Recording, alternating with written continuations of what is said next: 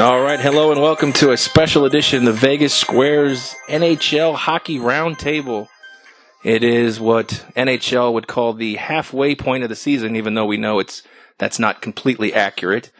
I've got a whole host of hockey enthusiasts and hockey experts with me, so we're gonna have a blast here for the next about an hour or so. See what happens.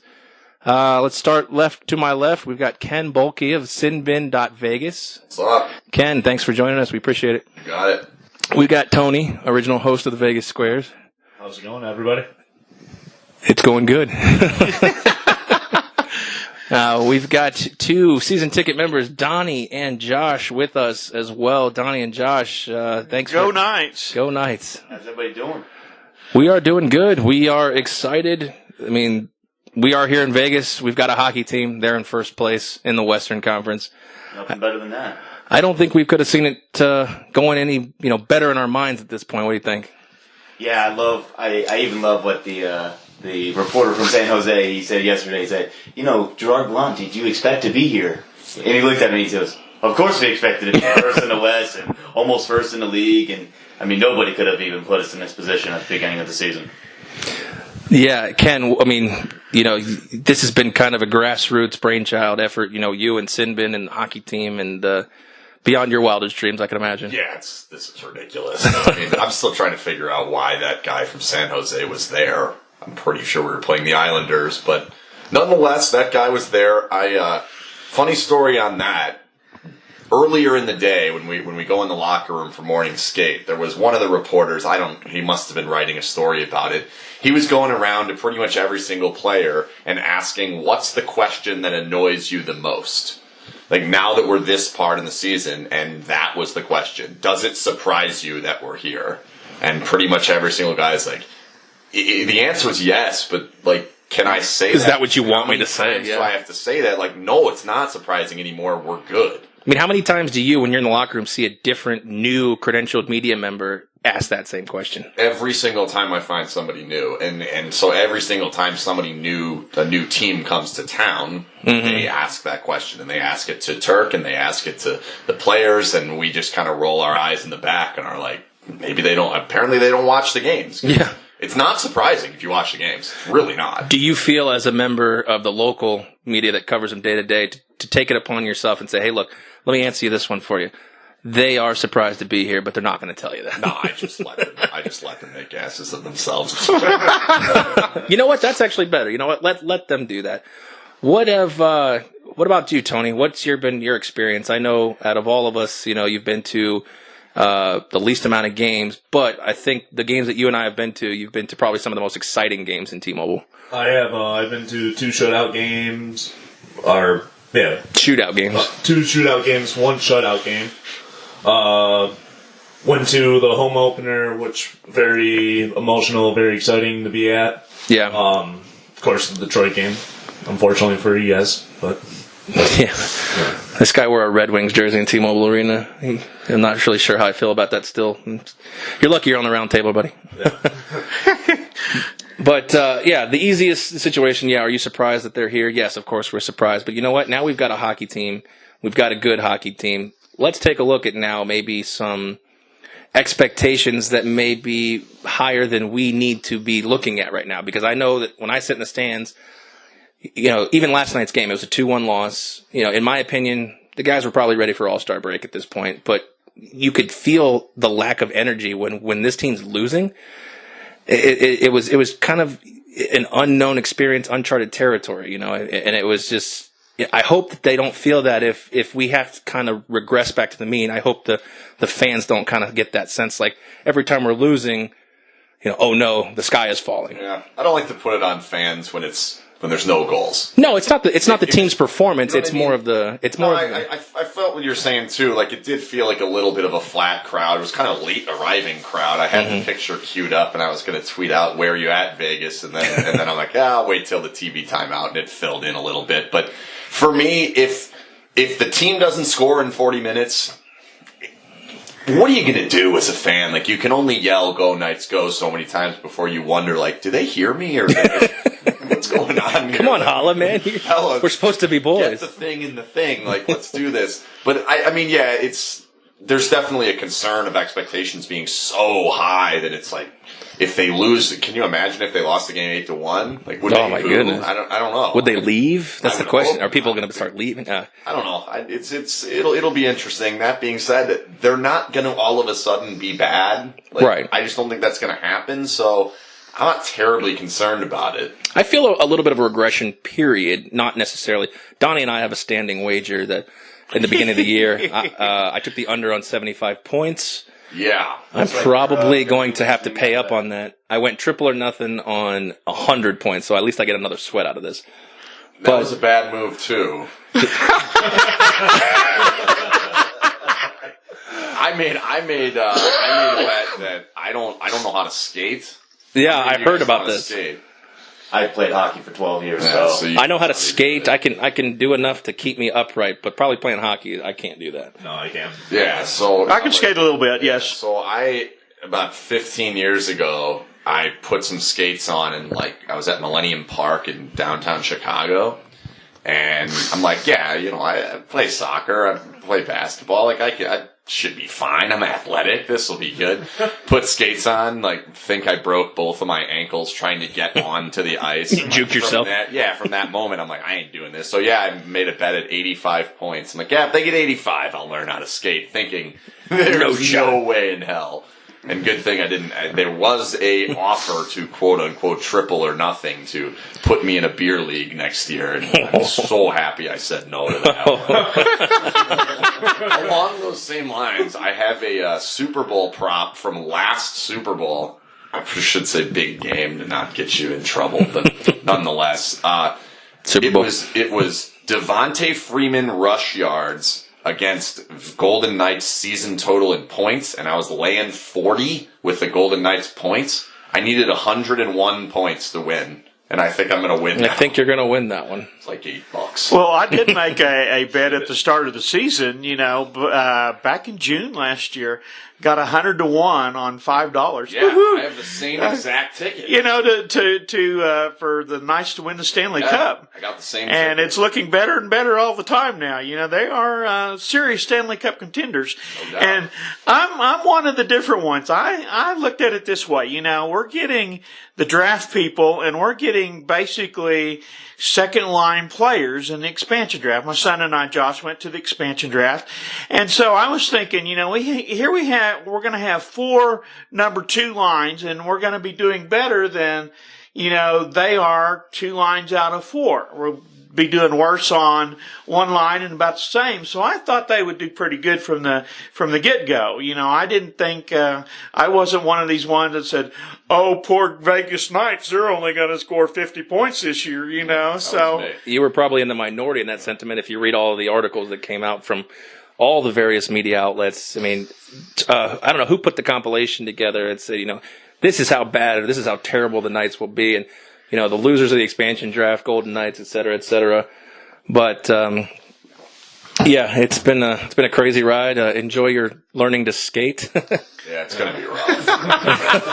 That being said, we are planning on renting out City National for a couple hours, so if you guys want to come, you're yes, welcome. I most certainly will. I'm not paying for your skates, but we're definitely. I'll have the camera ready to go. Yeah. I'll pay for the ice. I'm trying to get Turk to show up. That would be great. Because that would be wild.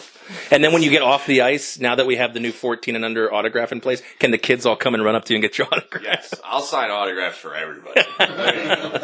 Even the guys bringing duffel bags worth of merchandise. Yeah, I'll ruin their merchandise. And the fans with the face paint that show up to City National. Well, let's look at let's look at the entire league at this point. We'll come back to the Vegas Knights. Obviously, it's one that touches very close to us. Is VGK. We're all VGK fans, but we all have fandoms of other teams. Let's take a look at a few teams. Let's take a look at some surprises. Let's stay with that surprise theme. Obviously, Vegas is far and away above. Who were some surprise teams? In my opinion, I'll start. I thought New Jersey was a big team. They don't really have a lot of brand name players. And they actually got rid of one of their brand name players, early in the season with Henrique. But what were your thoughts on, Josh, what were your thoughts on New Jersey kind of coming out the gate strong, and they've been holding steady? Yeah, I mean, they've been in a little slump the last couple of weeks, but I think, there's some the great stories that have come along with New Jersey. I mean, they won the draft lottery, got Nico Hischier there, and he's jumped in right in and been a great asset to their back end and whatnot. And then you got the story with Brian Boyle and stuff like that. I just think that, nobody, kind of like Vegas, nobody expected New Jersey to do so well. But what was great is not only are they doing well, but they got these great stories to go along with it. Sure. With the young guys, and then, the trade with Henrique and Sami Vatanen and stuff like that. And so I just think that, I think they might be in a little trouble because their goalies just got hurt. They're going on some borrowed goalies right now. So yeah, Schneider, when he's in, he's one of the top goalies, but it's a huge drop off from there. Yeah, staying in the East in the Metropolitan, Philly has come on strong of late as well. They've been such a roller coaster. Talking about how they valleyed so hard where they lose 10 in a row. 10 in a row, yeah. Yeah, and then to come back and be in a playoff position as it stands right now. Anthony, what are your thoughts on where the Flyers sit in the Metropolitan Division that we talked about on, what was that, Tuesday? Tuesday, yeah. We talked about that on Tuesday as far as, a Metropolitan Division that is all clumped full of average play right now. It is, and all of them are succeeding compared to the Atlantic Division where you have some top-heavy teams and some... And then a huge cliff, yeah. Sitting down in the bottom of the grave. I mean, Ken, is the Metropolitan the best division, even though they're all not really that great right now? It's tough. You look through all four of them, and there's not one that just stands out as oh God. I mean, if I had to pick, I'd probably go with Atlantic because they have the best team. Okay, that's kind of the SEC mentality. Yeah, the college. No, I'm not disagreeing with it. School got added to the SEC as the year I was leaving, so I'm allowed to do that, right? So who's that? Mizzou? That's the one. I'm gonna say Mizzou or Texas A&M. I think I was there the day that. We got added to the SEC, and that was a very, very odd thing. Yeah. Changing conferences is weird. We did that. But I can imagine, but going into what's supposed to be the premier conference, it's got football. Sure. Which we're supposed to be a basketball school, which that hasn't worked. That hasn't worked out either.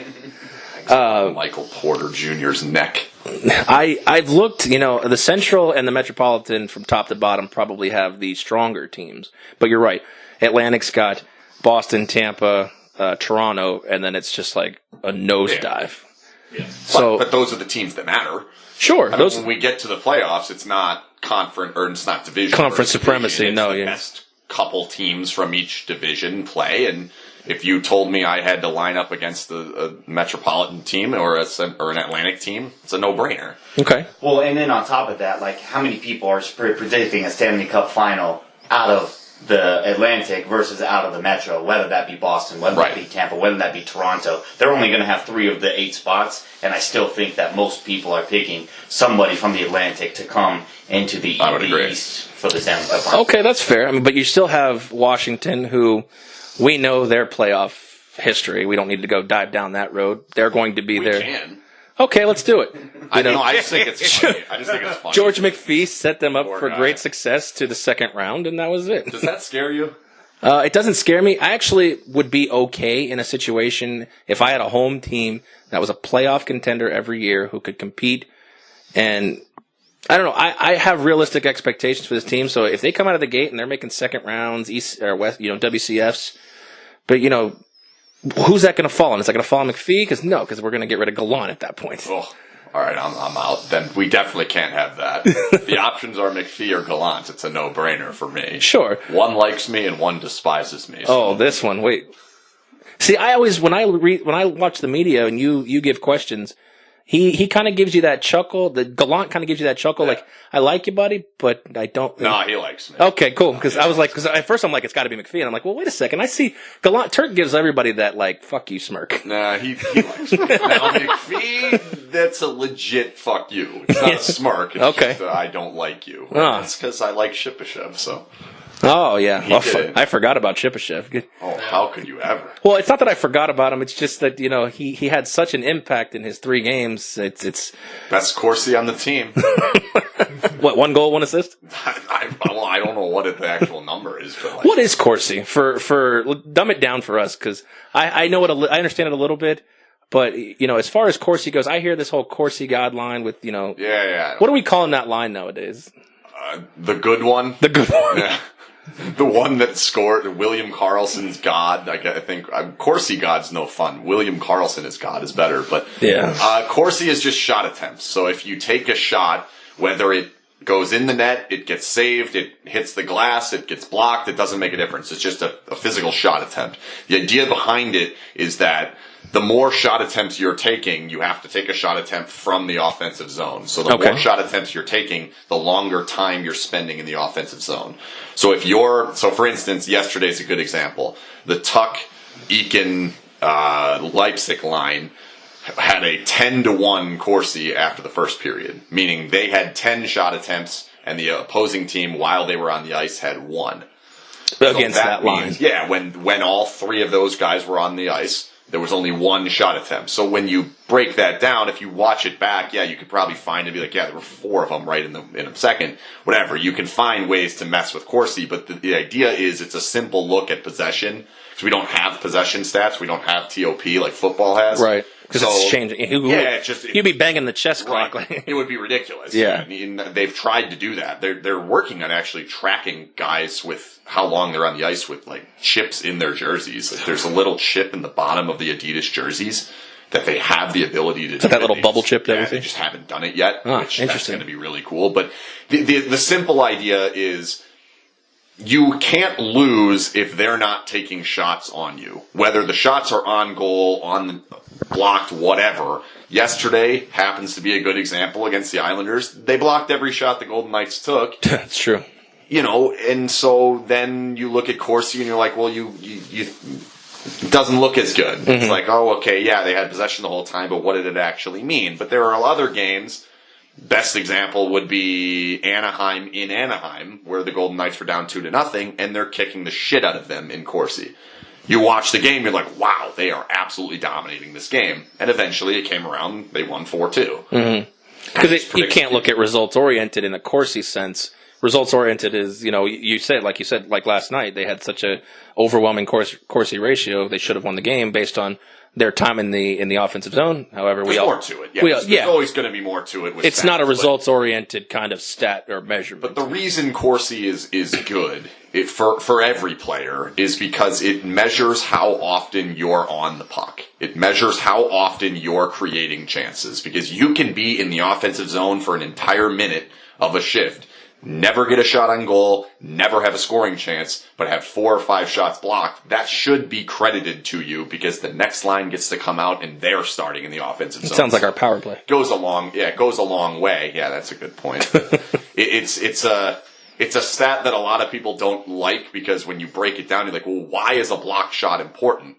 Well, it's really not, but it just simply means we're across the blue line. And we're in the attacking zone. Yeah. You're trying to create an opportunity when you have a chance, and it just so happened to be blocked. Well, and a great example of that is when we played in Nashville a couple weeks back, where we shot the puck up 437 times, it seemed like, against Saros. Not quite that many. UC Saros was like 60. Plus or minus 3, yeah. Yeah, 66, I think. UC Saros, stood on his head. That was a hell of a game. The defensemen of Nashville literally were just taking shots after shots after shots and blocking them all, and then, you shoot the puck 70 times in one game and your goalie only lets in 1 goal, you should win.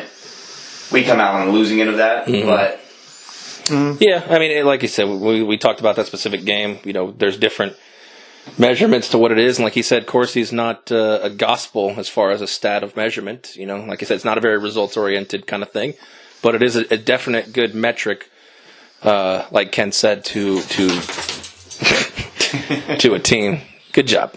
Colorado of late has been a good surprise. They made the Duchesne trade, and Duchesne made no secret that he wanted to be done in Colorado. They finally made that trade, picked up, 7 different pieces, including picks.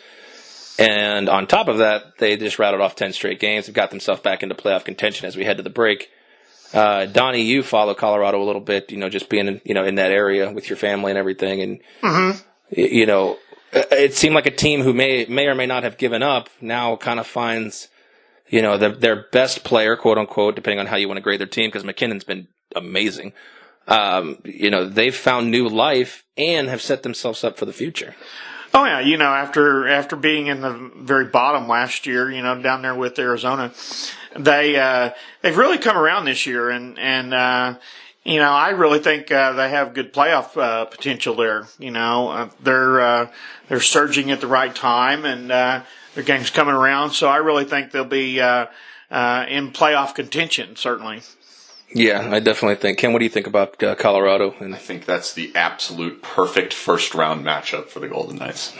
The wild card 2 spot. They play a very similar style, and I think the Golden Knights are slightly better at it. And I think that it took a little while for Colorado to get it going. Mm-hmm. Getting rid of Duchesne was important, and you can go down the locker room presence type thing. I think just getting rid of the cancer in the locker room, and not that Duchesne's a bad guy, it's just they all knew he had to go at some point, and it just weighs on you. Including him, yeah. And I think you're going to see a portion of that with this team, with the Golden Knights, that going towards this deadline, it's going to weigh on them. Yeah. They don't know what's going to happen. We don't know what's going to happen, because I don't think McPhee knows what's going to happen. Well, if he gets a call, he may make a deal. But back to Colorado, I just think that when you look at, if you give me a matchup of the goalies, it's pretty close. I would say Vegas probably has a slight advantage there. It's close. Any given game, it could go either way. But if you give me the style of play, where the games are going to be, home ice advantage between the two, I think that's a good option for Vegas. And they're not getting a fan base that's going to come in and overrun their own building, and because it could get bad. You could get 7 away games at that point. Bad, yeah. Yeah, speaking of, one thing I noticed about last night's game, I felt there may have been more Islander fans at T-Mobile Arena than are actually at the Barclays Center from time to time. So I could be wrong on that, but it may have been a close assessment. Very, very close. Now, question on Colorado: is Nathan McKinnon the hottest player in the NHL right now? I don't know who's hotter. Yeah, I mean, at this point, this stretch, I mean, he's probably one of the key reasons. Him and Landeskog,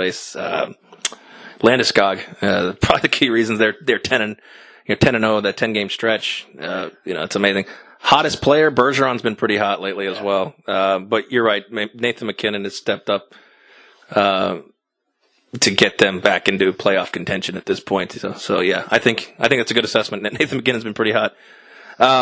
How about Boston surging? I just wanted to, because I was a longtime Boston fan, being from Oklahoma. They were the Oklahoma City Blazers for years, were the farm club for the Boston Bruins.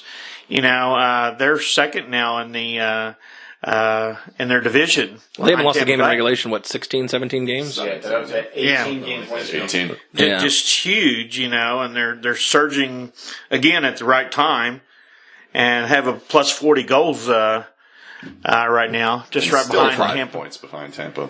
Right. And behind Vegas. Which is crazy, because at one point in time, Boston had they were, I believe it was down 9 points in the standings from Tampa Bay, and have just made up that much ground over the course of this stretch. Yeah, they actually have 2 games in hand, too, so, I mean, theoretically, if they win the next 2, they're only 1 point behind Tampa, so. Well, I mean, I'm just going to throw this out there, and before we start talking about disappointments, when healthy, Tampa is far and away the best team. And I know Vegas has beaten them twice.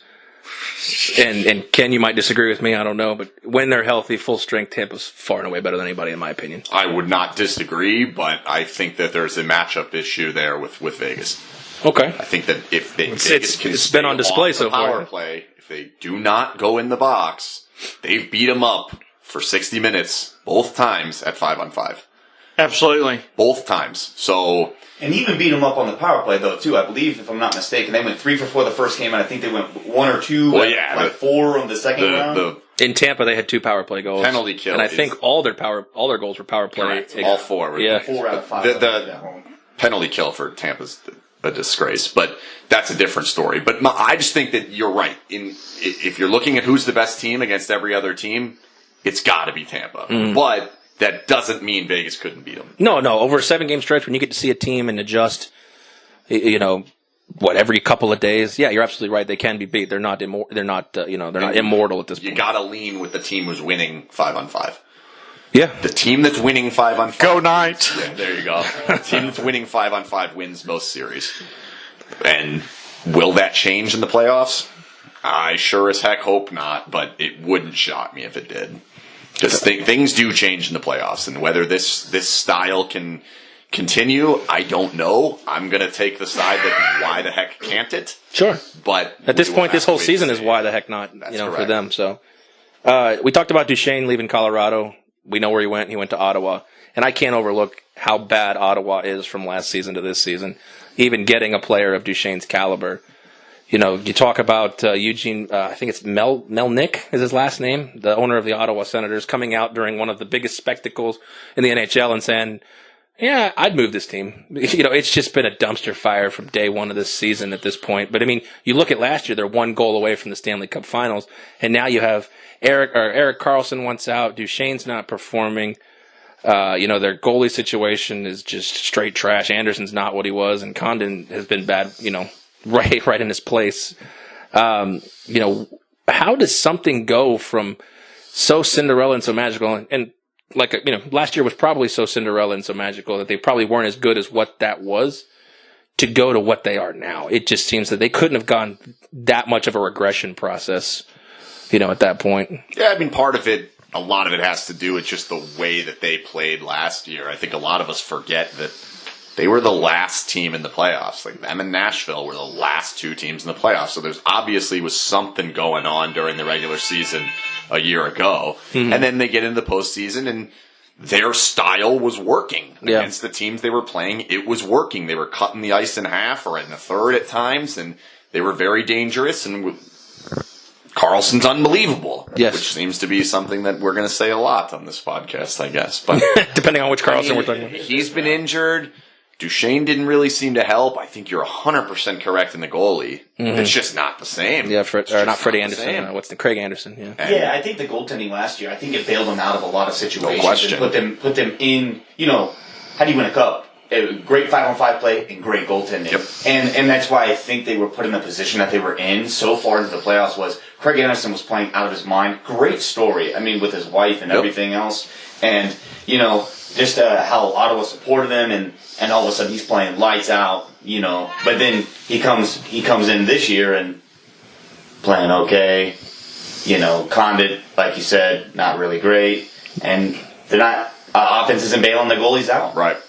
Which is, what can be said about the Islanders, where their goaltending also not very good. But when you score 6 goals a game, you can give up 5. Yeah.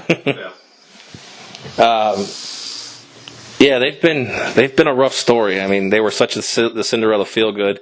I almost found myself rooting for them, this year, and they've just been a train wreck at this point. But they're just not all that fun to watch either. No, they're very. It was in the playoffs because it was like, well, if they can beat Pittsburgh, this would be kind of fun. Yeah. But could you imagine? Could you imagine the Ottawa-Nashville series? It's already nobody wanted. Probably. I don't know. It's not. And that kind of goes back to Boston. Just not a team I enjoy watching play. You know what? I hear a lot of people say they don't enjoy watching Boston play because they're very vanilla. They come at you, and I think their defense, the back with McAvoy and Chara. Other than that, it's not that great. And they rely on Tuukka, and a lot of nights, sometimes if Tuukka has a bad night, they look bad, like you're saying. But it hasn't been that case. Haven't happened in 17 games. But I don't want to get to the biggest disappointment of mine. So let's go with Chicago, and we're looking at. Are we looking at Tony? Are we looking at the end of an era? Because I hear rumors that Q might be on his way out. I think that might be happening after the end of the season. I don't see it any other way. I think based on the performance this year and even last year, them exiting out of the first round of the playoffs was very disappointing how they did in the fan base mind and all that. And I just don't see him coming back next year. Well, see, I liken, them to a situation where I thought they were going to do, they got rid of Panarin, which was a salary cap, unfortunately, a little bit of a head scratcher. And I thought, okay, this is kind of the end of it. We're going to look at a total rebuild. And Q is old enough. He's like, I'm not signing on for this. So he would kind of grace his way out. And then they traded for Duclair. They traded Panic, who's been an okay player. And they traded for Duclair, who's, his middle name is Potential. So I was like, okay, so he's played decently in the 4 or 5 games that he's come back. A couple goals last night, I think. Did he? Pretty sure. Because I watched him play the game against Tampa, and he just seemed to be breakaways, seemed to be playing well. He seemed to be the only guy on the ice, not named Kane, who had any more impact they got shut out, but any more impact in that game was pretty much Kane and Duclair. I mean, you got Jonathan Taves, who's already got a Hall of Fame career and a Hall of Fame resume. Where are they going at this point? They don't see. There's not a ton you can do. You're hamstrung by your 4 contracts, and they're healthy scratching one of the 4 from time to time. Seabrook. My whole thing with Quenneville is who's better. Who are you going to get that's going to be better? Sure. And honestly, don't take this the wrong way. If the option was brought to me right now, you'll trade Gerard Gallant for Joel Quenneville, I'd probably take it. Because I don't know how much better you can be than Joel Quenneville as a coach. So the guy I'm not disagreeing that he's going to get let go. I just think that it's a bad decision if you wind up doing that. I just don't see you putting yourself in a better spot. They're beat up by the fact that they went for it. It worked. They got it. And now here we are with riding out the 4 contracts. Yeah, 4 contracts that you can't really do much with. I think the best thing they can do is try to find a way to move 2 of them. And I know that sounds wild because that would mean. Well, we know who it's not. Maybe Taze goes. Yeah. Taze is gone. Kane's not going anywhere. And that brings me back to the team we talk about. What if that deal opened up? What if you took salary off them? What if maybe your generational player can be acquired via trade using the salary cap? I mean, what would that trade even have to look like? I mean, you would. It wouldn't be as bad as you think. I mean, are we talking Taze to Vegas? Is that what we're talking? James Neal probably is even going that. To Chicago. That wouldn't make a huge difference because they're looking to relieve cap. Yeah, he's going to want $5 million at that point. You're looking at basically eating salary for 6 years. And you eat the salary of Seabrook to also bring on Taze. I don't know. I would say the answer would probably be no. You go from a situation where your cap is clean as heck to it's an absolute disaster. But if there's a deal, if he were to get moved, it won't be what you think it would be. It's not going to be 8 first-round picks like we would think it would be. No. The cap is so disastrous there, and they know it, and there's nothing they can do about it.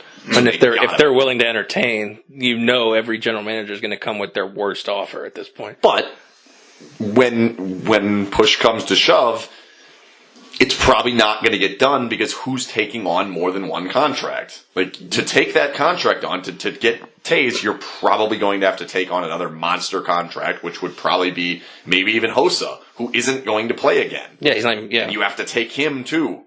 Can I just have Duncan Keith? Can you throw Duncan Keith? He's still got some tread in the tires. So yeah, probably won't. But you think back to the David Clarkson deal. Mm-hmm. Look at what the Golden Knights got to take on David Clarkson. $15 million over 3 years. They were given a first and a second. And our leading goal scorer. And possibly the best player on the team. Yeah. And all of that was to protect Jonas Korpisalo. That wasn't worth a first and a second. No. Thank you, Columbus. Yes, thank you, Columbus. The deal was more so on Clarkson. And I think McPhee kind of played them a little bit, knowing what he wanted in Carlson, but the deal was about Clarkson. The deals were about Grabowski. Even the Stoner thing. They took on Stoner knowing we're just eating $4 million of the salary cap from the Ducks. The cap is as important as your players. But look what came of that, Shea Theodore. Correct. But that's what's happening to Chicago. They've run into a situation where we always talk about depth of the Golden Knights. They have no depth at all. Their back 4 defense is awful. Their bottom 6 forwards are not. Look what they got rid of. Look how many players have ended up in Carolina. Correct. And they're better. Carolina's Chicago South. Better, but it's just a situation where eventually when you sign all these contracts and you keep all your guys around, you run into that situation where, especially in hockey, it's got to be the hardest. The cap gets back to you. Yeah. And here we are, and now we're literally talking about firing Joel Quenneville because the cap's screwed up. It's ridiculous to me, but it wouldn't shock me if they did it. And then look at Chicago in the United Center, worst power play in the NHL, and it's not even close. Yeah, which is unbelievable. Unbelievable. Yeah. How is Patrick Kane on the worst power play in the NHL? I do not get that. Because from what I've seen, in limited Chicago Blackhawks, my viewing, he moves and the rest of the team doesn't. Right. So he tries to set his shot up, but by doing that, the rest of the team's got to continue setting a shot up, and they just don't seem to be interested in doing that. Corey Crawford has played pretty well when he's healthy. Is he another guy? I mean, Glass has stepped up. I know the guy's 32 or 33 years old, and he's he's just getting his feet wet in the NHL. But is he another guy who could be moved at that point? Maybe not by the deadline this year, because he's got whatever the vertigo thing is, and he seems like he's not going to play again this year. So there's not really much you could do there. But I wouldn't move him because he's a stud. He is. Like, he's worth the salary they're paying him. Well, what I've seen of Glass has been pretty damn good as well. Yeah. He's all right. If you're getting ready to head into the dumpster. Right. If you're getting ready to head into the gutter. I guess. But how do you head into the dumpster with Kane, Tays, Seabrook, and Keith on the books? Like, you can't do it. They're heading now. I mean, you got to bottom out it. Even with 12. I mean, what's Kane getting? 10? Taves is getting 10. I don't know what Seabrook's. How do you bottom out with $20 million of your cap tied up in two players and another? What do they got left in time? 4 or 5 years? Yeah, it's like 2023, 24, something like that. It's down the road. Like So we're looking at a Blackhawks team that could potentially be pretty pitiful for the next 5 years. Unless Kane and Taves just can carry it to. Yeah. Or they trade one. Yeah. Wow. And they're in the Central Division, that is. Very you got to deal with. Top to bottom there. I mean, look at Colorado other than Chicago, Colorado was the bottom. Right. Now they're not. Now what do you got to look at? You got to look at the Blues. You got to look at Nashville. You got to look at the Jets. You got to look at the Wild. You got to. I mean, it's like good luck. Team after team after team. And if with what Colorado got in that haul, if half of that pans out, whether it's the picks or the prospects, you got to look at them too. Yep. Right. So I mean. Yeah, Chicago's in for an interesting. Doesn't seem as crazy to trade Taves anymore, does it? No, I think you've got us all the way back. Taves has got to go. Hashtag. Yeah, must trade right Must now. go. Pick up the phone. Montreal is another one in that spot. Bergevin. Montreal is the Yankees. They're not allowed to rebuild. They can retool. They can reset. But that's a team, probably one of the biggest teams in the NHL that needs a rebuild at this point. They brought in Drouin, which is looking like the wrong end of that stick on that trade. Sergachev has been fantastic. He looks like a rookie at times based on what I see. He scratched a couple days ago? He is from time to time, yeah. Why? He does Cooper punishes him for some boneheaded moves from time to time. And whether that's right or not, I mean, I've been saying for 4 or 5 years now they need to get rid of Andre Schuster because other than Vegas, Tampa's my team. I don't sorry. know. You're sorry. What are you sorry for? Best team in the NHL. Point being is that there's a couple guys like Schuster on that team. Like, how does this guy still get contracts every year? And then I feel like they stunt the growth of guys like Slater Cuckoo to play guys like Schuster. And then they got rid of JT Brown, which don't get me wrong, there's not a lot of talent there, but he's always kind of I was always kind of a fan favorite. So. But Montreal, I mean, like I said, they're the New York Yankees. They're not allowed to rebuild. They've got to every year reset or retool or reload. That'll be cut out. I mean, Donnie, you're a Bruins fan, so I'm sure it makes you happy that Montreal is not a very good team, and they haven't really been a very good team. Carey Price carries them, to probably better than what their actual talent level is. What do you do here? Everybody's claiming Bergevin's got to go, but Bergevin's probably got one last chance effort to do something at this point. Yeah, it's hard to say. It's with Montreal, there's reset, reload, whatever. You have to do something there. They're kind of out of it this year, so what can you say about that? I don't know. You said a whole lot. You said a whole lot on that one. A whole lot of nothing. I'll pass it to the next of kin then. What are your thoughts on the Canadiens? You know what's interesting is I heard this the other day. Carey Price came out and said, "Oh, I'm dealing chronic tiredness." So I just liked it when he said, "I'm dealing chronic." I was like, "Wait, Carey's got a side job?" But it's like, you know what I mean? Like, I'm tired too, but like, I still got to get up and go to my job. Like, Taking that. Like, yeah. So it's like, I just feel like in Montreal lately, it's just been excuse after excuse after excuse. Can I use that? Can I get FMLA for that? Chronic tired? Probably. I'm just chronic tired. Probably. I don't think But there's it's like, what do you do with Alex Galchenyuk? You can't put him on the wing. You can't put him in center. He's a great player, but he doesn't fit. What do you do with Max Pacioretty? It's like, well, that's the guy. Send them all here. yeah. And Ken, and I've always, the thing I've always learned about hockey is when your captain is involved in trade rumors, that is the start of the disaster. Yes. Yeah. When your captain is on the block, that's when you're waving the white flag at that point. And he may wind up going, and it probably is not the wrong decision. Right. At some point, you have to look yourself in the mirror and say, well, who's safe on that team? Happen? Carey and Druin? I guess Price has to be So let me interject this real quick. Does that mean that Vegas is not in trouble because we don't really have a captain as such? Well, I think there's many other reasons why Vegas wouldn't be in trouble. Yeah, nobody's leaving because we don't have a true captain. No, but I mean, granted, if they did, it might be James Neal or David Perron, and they could. And those two might be. Maybe not. I don't know. Yeah, I mean, James. We talked about this, Tony and I, on the last podcast, Anthony.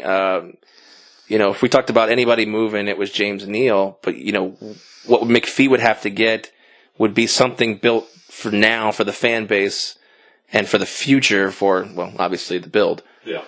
But, we were looking at, talking about all the different guys. Obviously you're not getting Evander Kane. He's not re-signed. He would not re-sign with that. He may. I don't know. But he's not re-signing for, James Neal money. If you feel that James Neal is better than what you can acquire for immediate talent, if you're McPhee, you can't get rid of him right now, right? No. In that sense, no, you absolutely cannot. What's the blow me away trade? Because I don't know what goes through McPhee's mind. You would know better, but you can't get past the brick wall either, Ken. What's the trade that Perron can help a contender, but we're a contender. Yeah. In my mind, it has to be, like you said, something for now and something down the road, like a couple draft picks, and something for now that won't hit our cap or come close to even worrying us about cap space or anything. Right. I think it's a three-way deal. Like, I think we all try to make it easier on ourselves and guess, okay, well, if Neal goes, what can they get back for Neal? I don't think it would work like that. I think it would be something along the lines of if Neal or Perron goes, they're getting similar to the Duchesne trade. Yeah, so there's two picks coming this way, right? So if you look at the Duchesne trade, Turris went. Mm-hmm. Well, that's the same idea. Except it wouldn't be Turris; it would be a player of Neal's caliber that has term. Well, and the problem is, and younger. You're probably getting. In the scheme of Neal's only 30. Getting a first. You're probably getting a third. You're probably getting a player of his caliber, but who's going to be a player of his caliber who's going to be at the cost of James Neal? That's the problem. Well, Evander Kane, who is very good. But why do they want James Neal? That's why I think a third team has to come in. Because if you look at Buffalo doesn't want James Golden Knights taking on a player, the idea of when you sell someone whose contract is ending is that you're out. That's the thought. We got to get something back from it. Well, that's not what's happening. So if they realize we absolutely have to cash in some way on him, you have to find a third team. Because the teams taking on James Neal are also trying to win. They're not giving things up outside of future assets. The Golden Knights don't want the future assets. They want an asset that can win now. That being said, that's why I don't think a deal happens, because now we're asking for three teams to be involved, and it absolutely has to blow McPhee away. It's just unlikely to happen. Well, I think the fan base behind Neal is too large right now to really jeopardize that position. Yeah, just got my jersey. Too much of an integral part of the Golden Knights team to trade him because of the fan base. Let me counter that by saying I do not think George McPhee gives a fook. Yeah, but that's a fair assessment. He's in an interesting dilemma now. He had originally set it up so they would be playoff playoff eligible in 3 or 4 years, and then Stanley Cup contenders in 6. And I'm sorry, the Golden Knights blew that out of the water. They're Stanley Cup contenders this year. But who gets credit for that? I think the whole team. I think McPhee has to be a huge part of that. Right. So if you... The way he navigated that expansion draft. draft. Your own expectations by an unbelievable amount, and then you make the move and everyone hates you, you simply stand there and be like, William Karlsson, Jonathan Marchessault, Eric Haula, Alex Tuck, Shea Theodore, Nate Schmidt, go fuck yourself. Like, that's what and he's not wrong, but the problem is he's set himself up in a situation where he has acted as though he cares about the fan base at times, saying, I'm not going to derail it, I owe it to the community, I owe it. I don't think he believes himself when he says those things. I think they're just good things to say, and he has a feeling he's not going to make the deal. But if somebody came in and said, we'll give you 3 first-round picks for James Neal, he's gone. He's gone. Oh, yeah. Well, they already have 3 first-round picks next year. Now Got 3 more. So you have to do it, and he knows that he has to do that. So I don't. Yeah, I can see it now. Okay, Vegas has 6 first-round picks next year. I'd be ecstatic. That sounds That fantastic. doesn't sound too bad. That sounds fantastic for a guy who may not be here next year. Because if at the rate he's performing, he's going to outweigh the, what's he making, 5 right now? Yeah, he's about at 5. He'll probably. I'll stand by the same thing I've been saying the whole way. You don't have cap trouble until at least year 4. So throw a ridiculous amount of money at James Neal for the next 2 years. It's like, all right, so what do you want? 8 over 4? So what is that? What's 8 times 4? 32. 32. All right, we'll give you 16 each of the next 2 years. You look at me like that's the most ludicrous thing you've ever said. The cap space is being wasted. Sure. The Golden Knights are wasting over $18 million of cap space right now. It's just not going anywhere. So what's the harm in using that? We're at the bottom range of the cap, though. Yeah, and not to mention they have Clark, 2 guys on long-term IR. Yeah, coming off the books. Stoner's there. Shipachyov they bought out. Stoner's ever going to play? I doubt it. That's a weird one. That's just... I don't even want to get into Yeah, so that, but when you talk about cap space and issues after year 4, all that's coming off. But once it comes off, now you have Theodore needs money, Karlsson needs money, Tuck needs money, Brandstrom needs money, Suzuki needs money, Glass needs money, Hag needs money. Like, it goes on and on and on. And then you look at the defensive core. Miller's going to need something. Hall is going to need more. Like, when you get to the point where if they're a good team, they're competing, you cannot let these guys walk. Sure. So, can you sign James Neal for 4 years? No. Because you can't deal with $8 million, ask the Blackhawks, of a guy who's not good.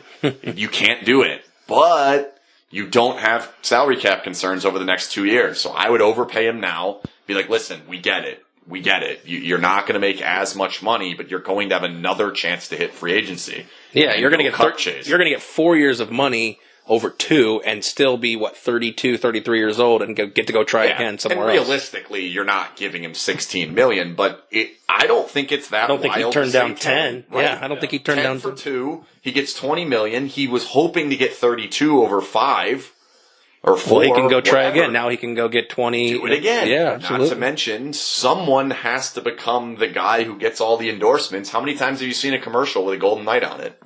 I haven't. One. I've seen Marc-Andre Fleury for NFL shot or NHL. Yeah, shot. I've seen NFL. That's in the contract. That's a terrible commercial, by the way. Sorry, Marc-Andre should quit the act. But like, How's Vegas? It's hot. Great assessment. Someone's going to start getting the money. You're going to start seeing them on billboards. There is money in this town that can be made. That if you pick up and go to New York, it ain't there. Right. So how do you pay? So with the Neal conversation, how do you approach the Karlsson situation? He's a restricted free agent, so I mean, do you let that go to arbitrator? Do you let that? I mean, like Probably not. What does that do to his life? I think Marchessault kind of set that part, Yeah, right? I think he's basically you would hope that you get Karlsson for slightly less than Marchessault. With the argument of like, look, you're hopefully you're not a one-hit wonder, you did it one time. You know, I think the selling point is, listen, you like it here, you like the coach, you love your line mates, we're winning. Do not fuck us here. Like, if you take $8 million, we can't re-sign Colin Miller. Mm-hmm. Now what? Yeah. Can we still win? It's kind of the Tom Brady argument. He takes a bath every single year because he's like, well, if I can keep winning, who gives a damn? Yeah, and Giselle's got it. And they're not, now it's easier there, but if you're William Karlsson, you're talking $3-4 extra $1 million. Is that worth the price of losing someone off your team? Probably not. You got to find William his Giselle. That's what I would. We all need to start that movement. Yeah, he's dating some girl who's been on 9 reality shows now. Oh boy. Well, let me throw something in here because Josh and I have talked about this. How much bearing does the fact that Nevada has no state income tax, how much does that weigh into the contract on that? It's there. I mean, it's as long as they're not considering the Stars, the Lightning, or the Panthers. I mean, it depends on what team you're looking at. It's a little bit of a raise. They can offset that. So it's not going to make a huge difference in regards to the numbers. I think the bigger difference is the ease of getting around in this city. Every single time you hear George McPhee talk, that's one of the first things he says. And we all take it for granted because we live here. But sure. It's unbelievable how much easier it is to get from the airport to the practice facility to the rink.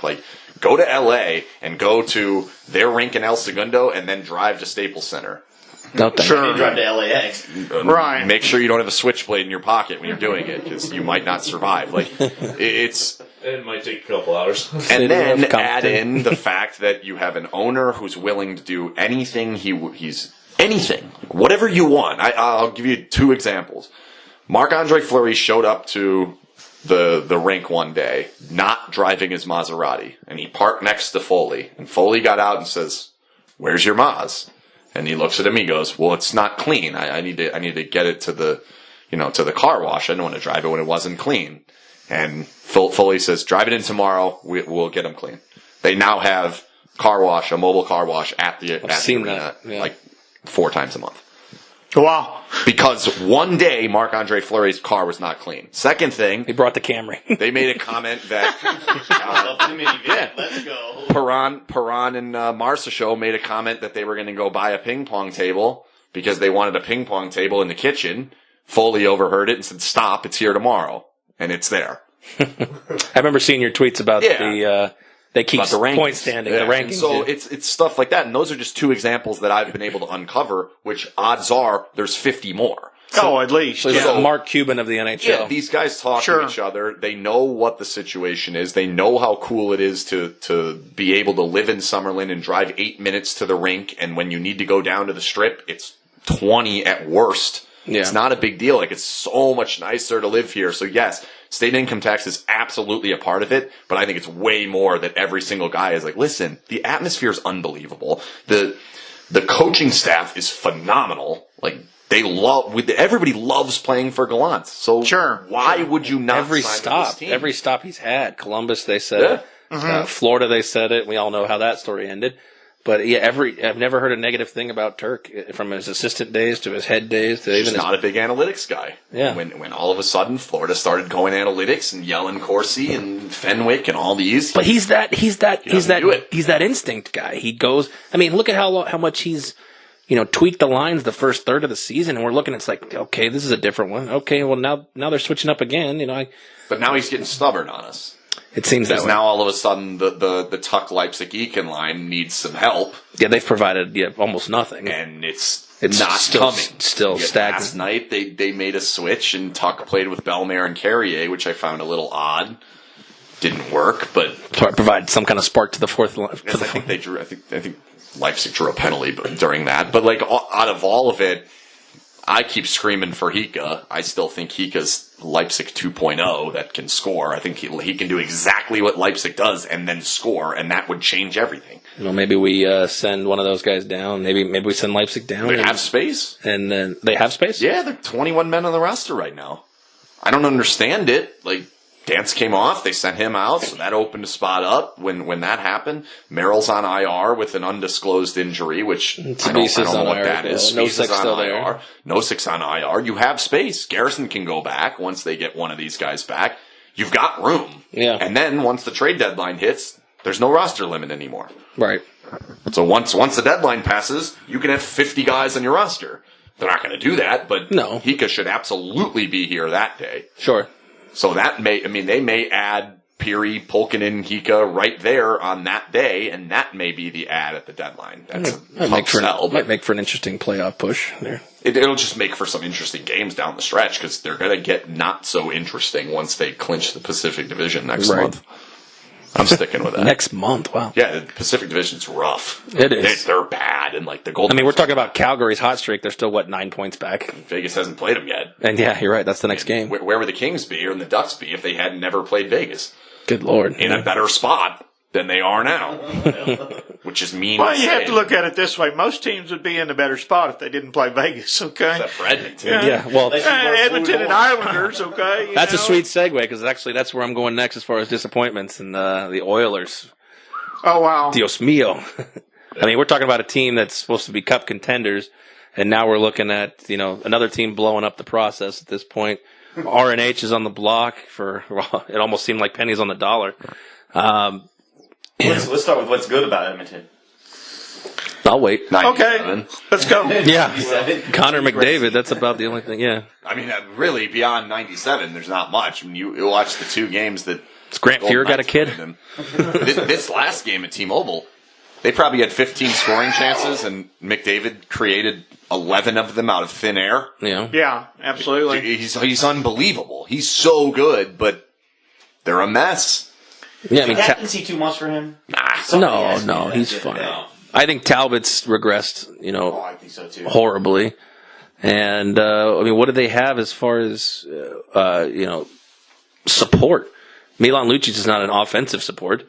Well, and he's as old as the dinosaurs, so, I mean. Right, but so is, what's his name? Maroon. Yes, thank you, Maroon. Maroon's getting up there in age. He was a big factor last year as far as secondary scoring. Where does Patrick Maroon land? You know they're going to sell him.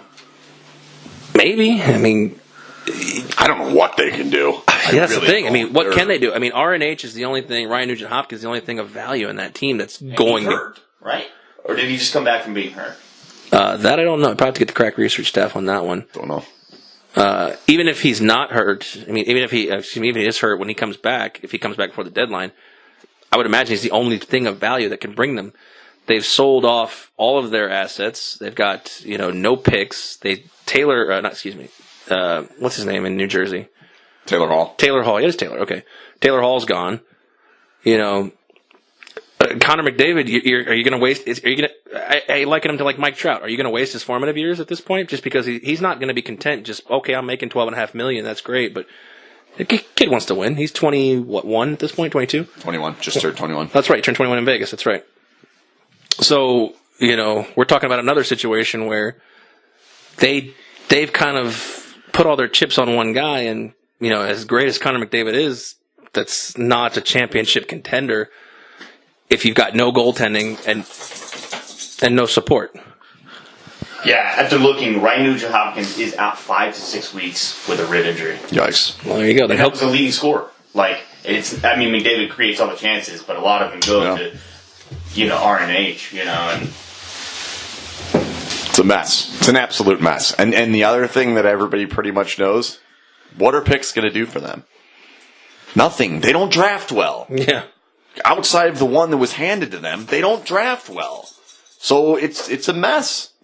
Well, it all goes Which I'm back, fine with. one person doesn't make a team, you have and I love what William Carlson said, we're the golden misfits because Did he say that? yeah, he said that. He said that on one of his interviews, we're the golden misfits.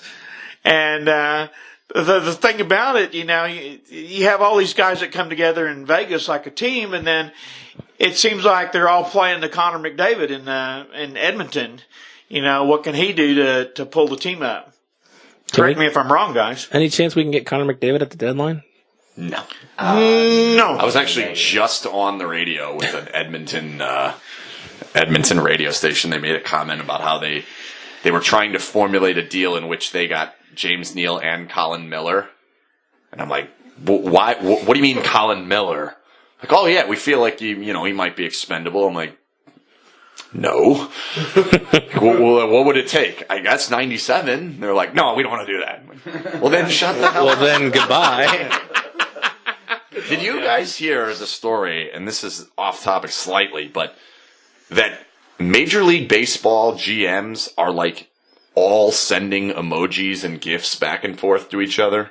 I have not heard this. That, I have not heard this. Continue. They will send trade proposals to each other via text, and they will send back GIFs of like Steve Carell and Jim Carrey and Dikembe Mutombo waving no. Like, that's how they talk to each other now. I would send the like shit emoji for your offer. Apparently, This is what your offer is. Yeah, apparently it's super common. Like, I can never see McPhee doing that, but apparently it's really common in Major League Baseball, and that's like the most awesome thing to sports fans. That is funny that they do the same thing we do. Yeah, it's great. I mean, I think every single tweet I have on my Twitter has a GIF in it. It has to. They're the best. I know. I spend. I'll make the tweet. I think I spend double the time finding the perfect GIF or GIF or whatever.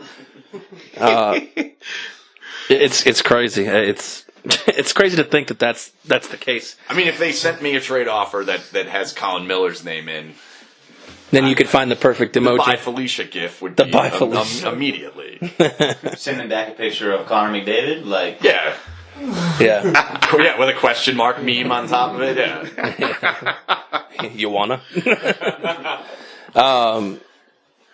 This is a playoff team right now in the Metropolitan as it stands.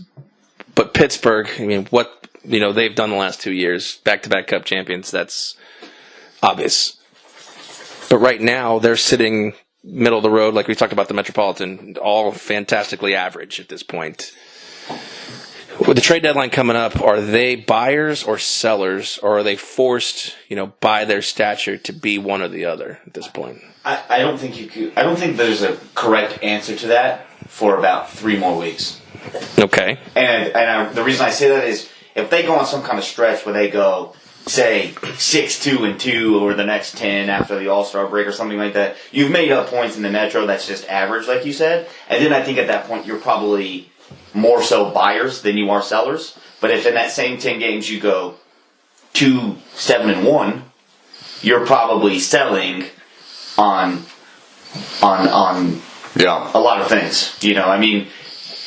Has Marc-Andre Fleury really had that big of an impact on leading them? Apparently so. I mean, they signed Antiniemi, which we all know what that teams this year. I mean, Tristan Yarry is a nice ray of sunshine. We'll see what happens if Murray not accidentally, if Murray absolutely just shits the bed. Right, and then Casey DeSmith putting up a couple good games in a row, winning. I think he's 3-0 in his last 3 or something. Yeah, how many Antiniemi experiments have there been? I know he was with I think he's been on 4 teams. I think he's been on 4 different teams this year. That's what I'm saying. I mean, there's been so many experiments this year.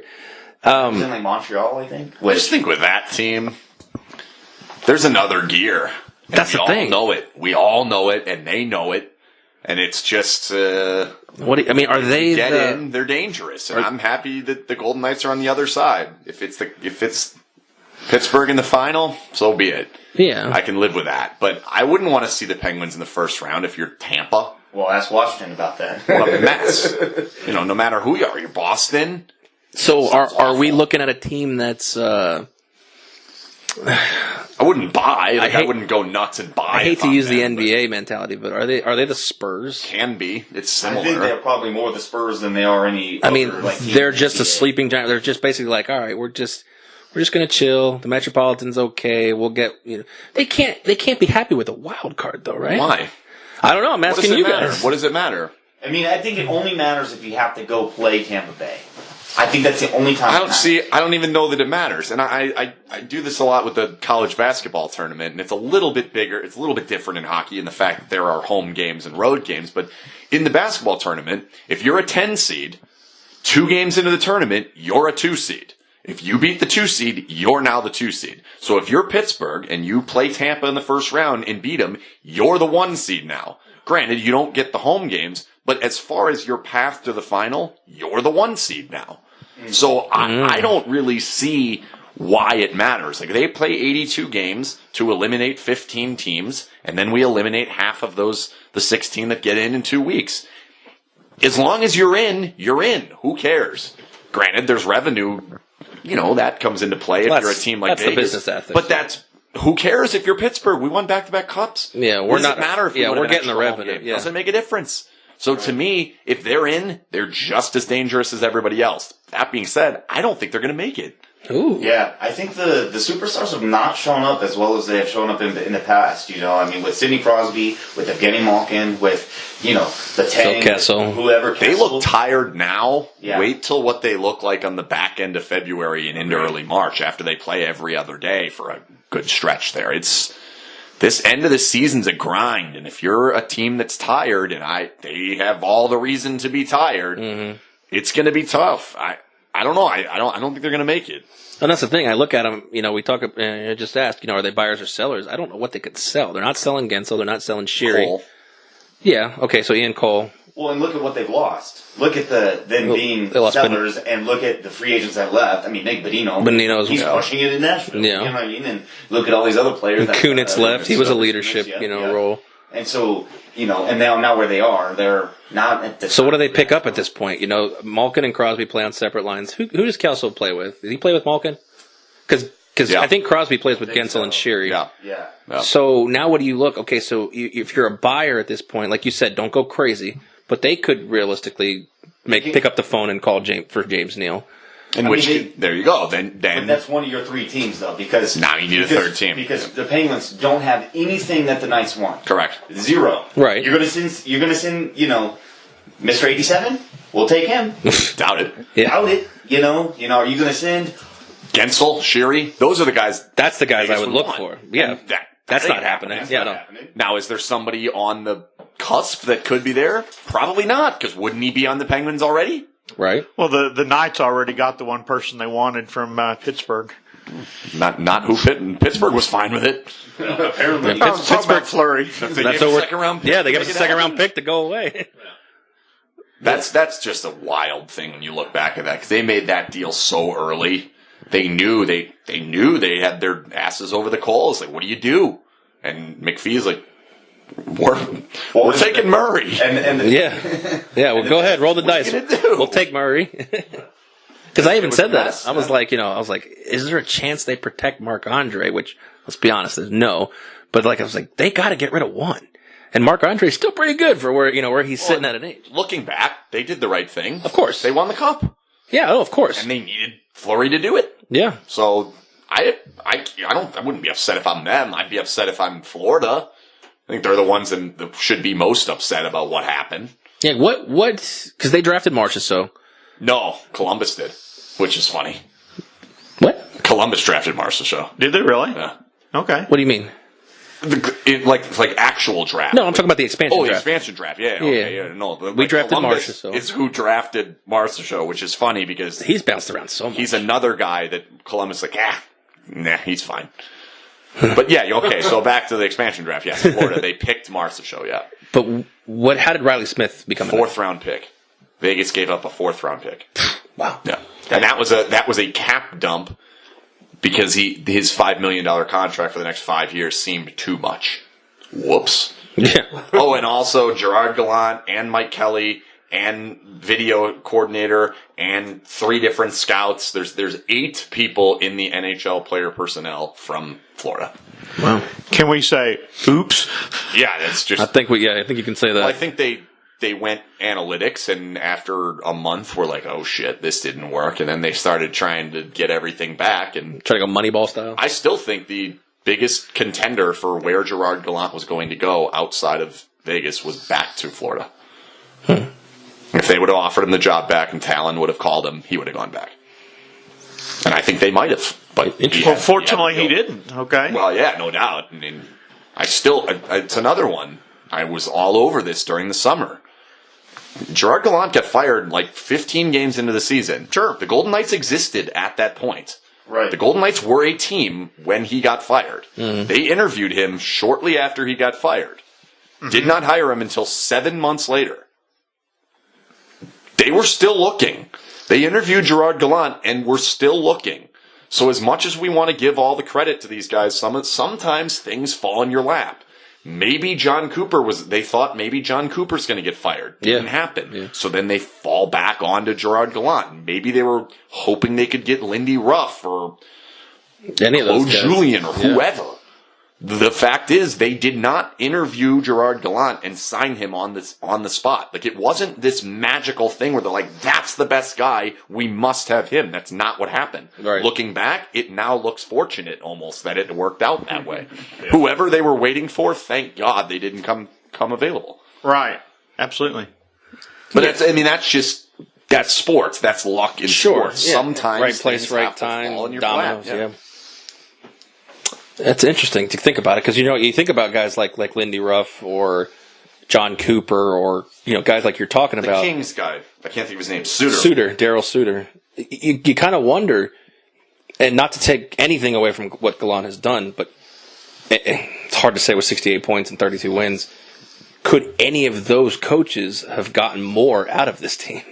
Wow, yeah, I mean, I know it's hard. It's hard to assess. it's just the question comes to these other guys that you may have been looking at. And I think it was John Cooper. I still stand by that there was a possibility John Cooper was going to get fired. It would have been stupid, but there was a possibility it could have happened. And you're sitting there saying, man, if we hire Gerard Gallant and John Cooper comes available, can we get away with firing Gerard Gallant before he ever coaches a Can we buy out a coach for an expansion team? In this town, apparently that happens. UNLV basketball. Yeah, but true. That's a running trend. But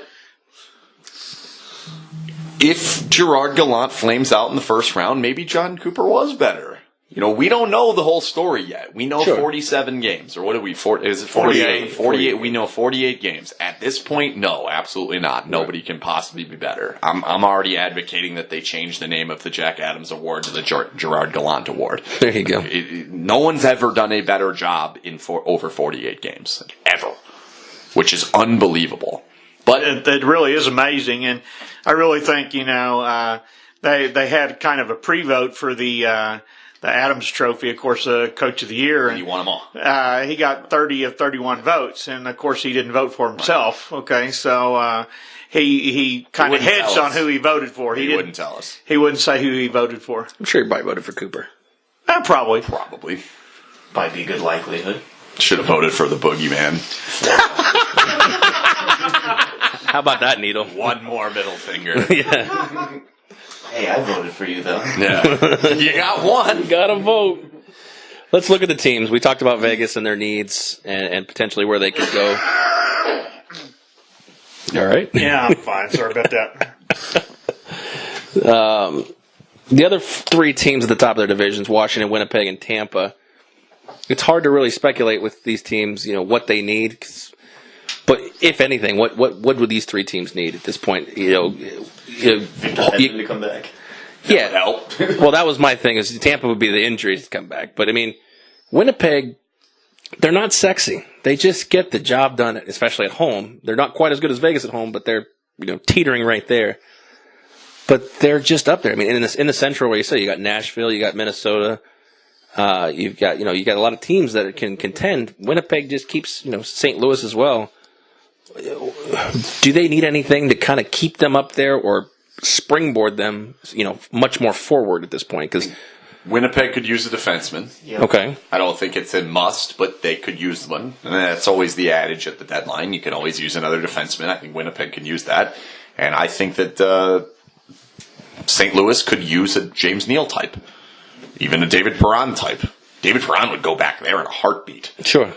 Not going to happen because there has to be a third team, like I've been saying. So, yeah, I mean, most teams, and Vegas this is in the same boat. If you watch Vegas every game, you're like, what could they add? Where Leipzig is. Where Eakin is. Can our excess of defensemen help us get anything? I wouldn't move them. No? Okay. Look at where we're at now. Jason Garrison just had to play a game. Like, we're in a spot where there were 10 defensemen going into camp. And we never thought Brad Hunt was going to make the team, and he winds up making the team. You always can use more defensemen. And as the season goes on and as you go through these injuries and then you get into the playoffs, it would be awfully nice to not have to turn to Griffin Reinhart come playoff time. Is he that bad? He's pretty bad. Wow. For a guy. How many teams have given up on that guy? 3 at least, right? Yeah, and including us. He couldn't even make this team. Yeah. Like, out of the gate, he couldn't even make this team. Now, granted, he's not the right style. He can't move the puck. He just sits in front of his own goal and hopes that nobody skates by him. Granted, they could possibly use that type of player in certain scenarios, but Stay-at-home defense. He's not the guy. Think McNabb's too far that home. guy, but it's just every team can add something. Like everybody can add something. It's just what are you willing to give up to make it happen? And with Winnipeg, they're probably in a similar spot. They're a little further along in Vegas, but you can't go sell the farm. Yeah. So you winning a cup is hard. What your plan is to be in the mix for 5-10 straight years. That's probably the goal is 5 years. Let's be in the mix every year for 5 and hope that the puck falls our way one of these times. Yeah. And then after 17 unfortunate years, you get fired and become the general manager of the expansion team. And do it all over again. Take 2. I personally don't think Winnipeg will win the Central. I think Nashville will end up winning the Central. I think that Nashville is a more complete team than Winnipeg, and I think that if they were to play in a playoff scenario, Who would you take? First round. Granted, it's unlikely, but let's say, all right, let's go Western Conference Finals. You want Nashville or you want Winnipeg if you're Vegas? To me, it's an easy one. I probably want to play Winnipeg. Yeah, same. And as a result of look at our 3 times with Nashville. We lost 1-0 when we shot 70 times at the goal. Dominated them. Okay. We had to go to a shootout, where Probably could have lost that game, but where they played Malcolm well. had Yeah. to make 6 saves in a row and didn't That put was his crazy. brother. Come on, Peter Laviolette, what are you doing? Just put PK on. Just do it. Yeah, it's Yeah. a story of the year, PK versus Malcolm, the NHL would have played saved that it. forever. But then, here at home, then we shut him out here. But Yeah, 3. even that was a very close game, though, even though it was 3-0. It was Yep. kind of 2 fluke goals and then Yep. an empty netter. right. Yep. So, you're talking like a team that really, I think if there's any team that's pushed to the brink, obviously Islanders beat us twice. Yep. And Edmonton beat us twice, the curse of the blue and the orange. But, The Tide Pod curse. But aside from the blue and orange teams, like Nashville, I believe is the only team that has really competed at a level that literally could have won. I think Nashville Dallas. could be 3-0. Oh, Dallas. I think too. Dallas and I think St. Louis is trouble. I look at the teams in the playoffs. See, I'd rather play Nashville in that spot, but I'll go back to that. Really? Go ahead. The reason I say Winnipeg is a couple reasons. Winnipeg's playoff experience isn't at the same level as Nashville, specifically last year. Doesn't so exist. That scares me a little bit, knowing that. I think if you were to tell me that which goalie's going to get hot for a 7-game series, I think it's way more likely it's Rene. Okay. So that scares me. So and if it's not, they can turn to Saros. Style of play. There's no certain gear that I think Winnipeg is going to push that all of a sudden they're better in the playoffs. Okay. I've seen it from Nashville. Okay. I can. So to me, if Nashville plays their game in the playoffs, I don't know if Vegas can beat them. If Winnipeg plays their game in the playoffs, if Vegas plays their game too, they win. See, I just with the way that Winnipeg's so dominant at home, and the way they dominated us in their building, I think it comes down to okay. So you've got to win all of your games at home. I challenge you to watch that game again. The 7-0 game, the 7-4, 7-4. Yeah, Vegas took a 3-1 lead right. and then lost it because of Alex Tuck's offsides. state was up by a quarter of an inch.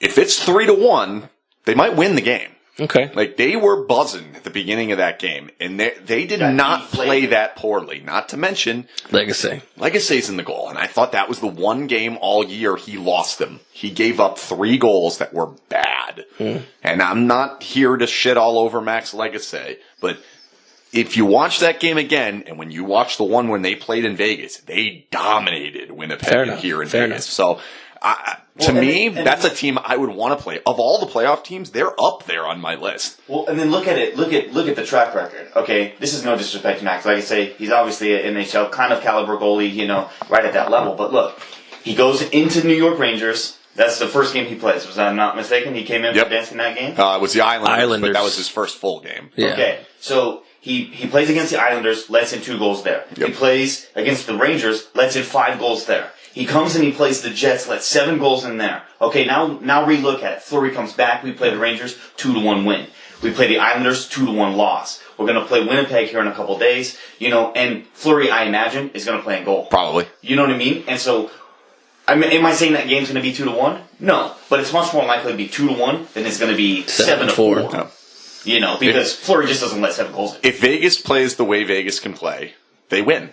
Doesn't matter who they play. Sure. And that's They can get their scary to everybody. Right. And then you throw in, if the goalie gets hot, Nashville beat them when the goalie was hot. Minnesota beat them when the goalie was hot. There's been a couple of other examples of it. That's what I'm looking to avoid in the playoffs. Well, and Give me the worst goalie. And look at Bridgestone in the playoffs. Bridgestone Arena, I mean, every game wild, I watched in the playoffs last Wild. year, incredible. And every person that I heard a response from, other players, whatever, they were like, this is the craziest place to ever play. This place is going to be better, though. I was going to say we got a new contender. I think T-Mobile is a whole other level, but I mean, you get what I'm saying. Like, if you have to go from like T-Mobile to Bridgestone to T-Mobile to Bridgestone, I don't want It'd be fun. What a hell of a It'd be Western fun. Conference final. It'd be It'd be an amazing conference. My fingers are crossed because I'd be going to all 7. Wow. It would be wild. That would be so Put you on the much team fun. plane? No, I have to get there myself, but I'll figure it out. I don't know. Yeah, like Maybe I said, call Gerard and see if he'll get you a cab. it comes down to it comes down to goalie. Like, I don't want to see Minnesota. Scares the shit out of me because that guy will beat you. So at this point, you're looking at Hellebuck. No.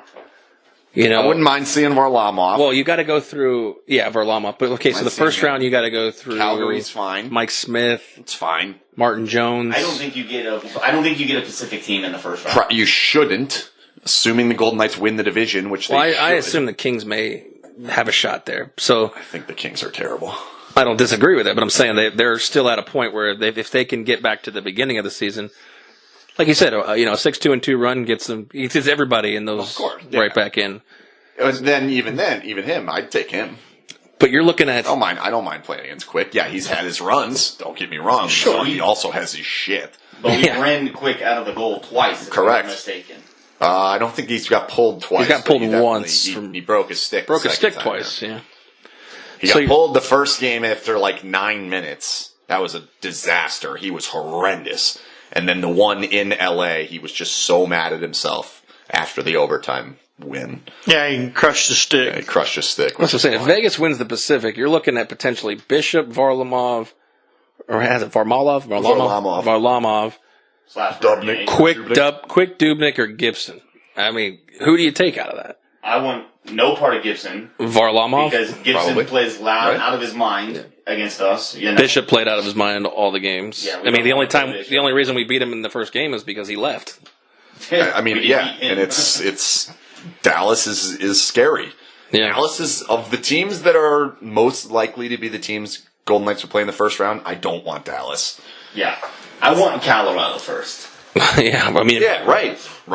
I guess I would want Los Angeles first. We crushed them. I would take the Ducks and I would take LA. And Yeah. the reason Gibson doesn't scare me is because the Golden Knights have played against Gibson and he's been elite 3 times and they've beat him. They all still 3 beat him. times. He's been unbelievable in all 3 of those games and they won them all. Who did he rob? Alex Tuck, where it was Yeah. like just Oh, at home? When the goal song went off? Yes, that's right. That's right. Yeah, we were That- at that game. The whole damn arena's cheering, and all of a sudden they're taking a face-off in the offensive zone. We're like, that's not how hockey works. somebody.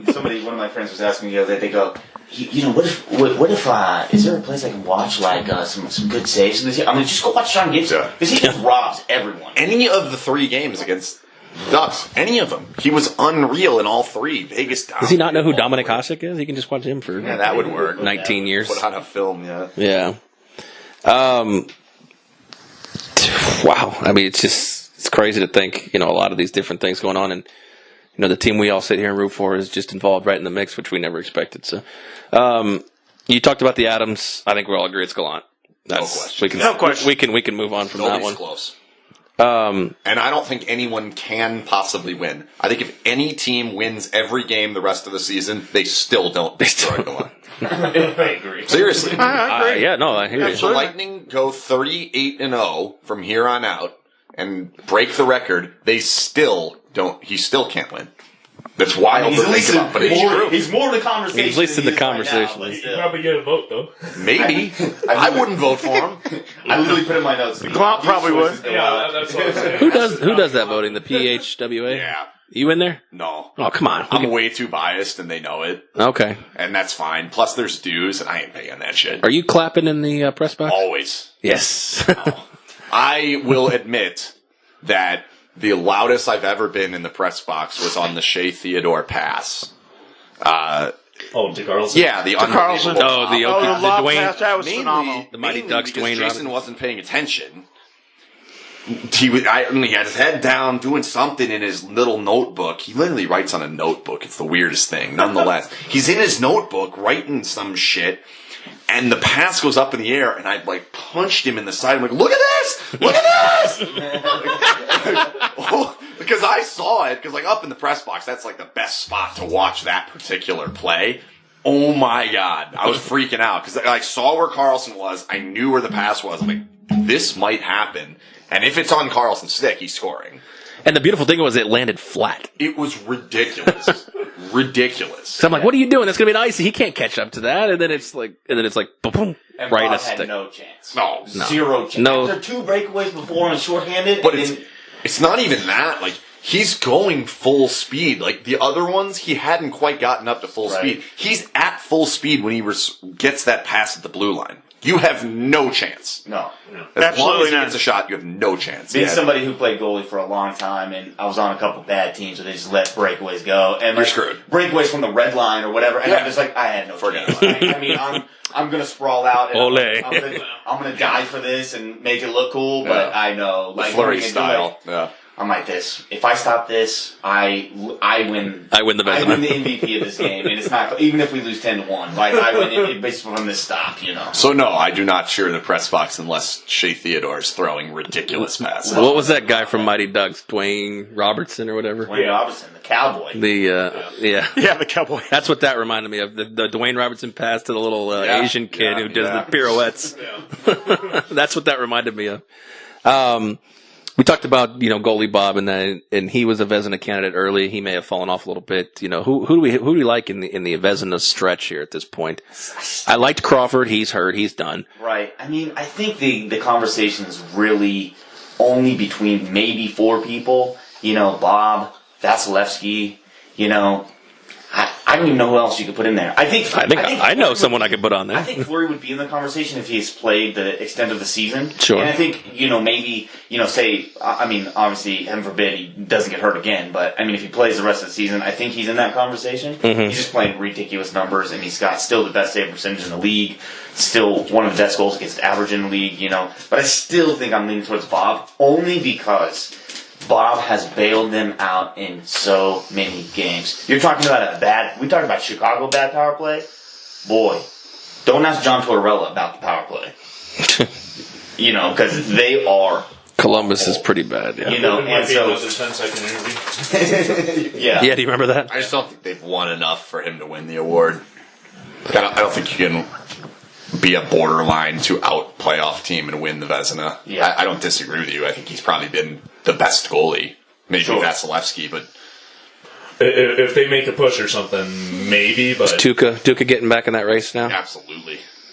He has to with Yeah. 20 in a row. It's the argument the other way of Bob, which is, Boston only has won, Yeah. and Columbus has kind of sputtered, a little while, but, so at some point in time, like Columbus or Boston's not scoring 6 goals Right. a game, they got to be bought out by, Tuca. I think Hellebuck deserves a mention, I but think so, they too. score so many goals that's going to hurt him. What And about I think Vasilevsky's going to get hurt by the fact that every single person's ballot is going to be so lightning heavy. They're gonna be like, maybe not? maybe that. I should not do it on this one, which is stupid. What about Carter Hutton in St. Louis? He doesn't play enough. How many He's games playing has he more played? now. How many games has he played though? Well, he's got 12 wins. What has he got for us? Yeah, 12. I mean, it's the same as Flower. He started just 17 doesn't play games enough. at this Yeah, point. No, he I doesn't don't play disagree enough. with that. I mean, Even if he plays them all, if he plays the rest of them, he plays 47. Like, that's not enough. Not enough? Okay. Same with Flower. I don't think Yeah. he can play enough games, no.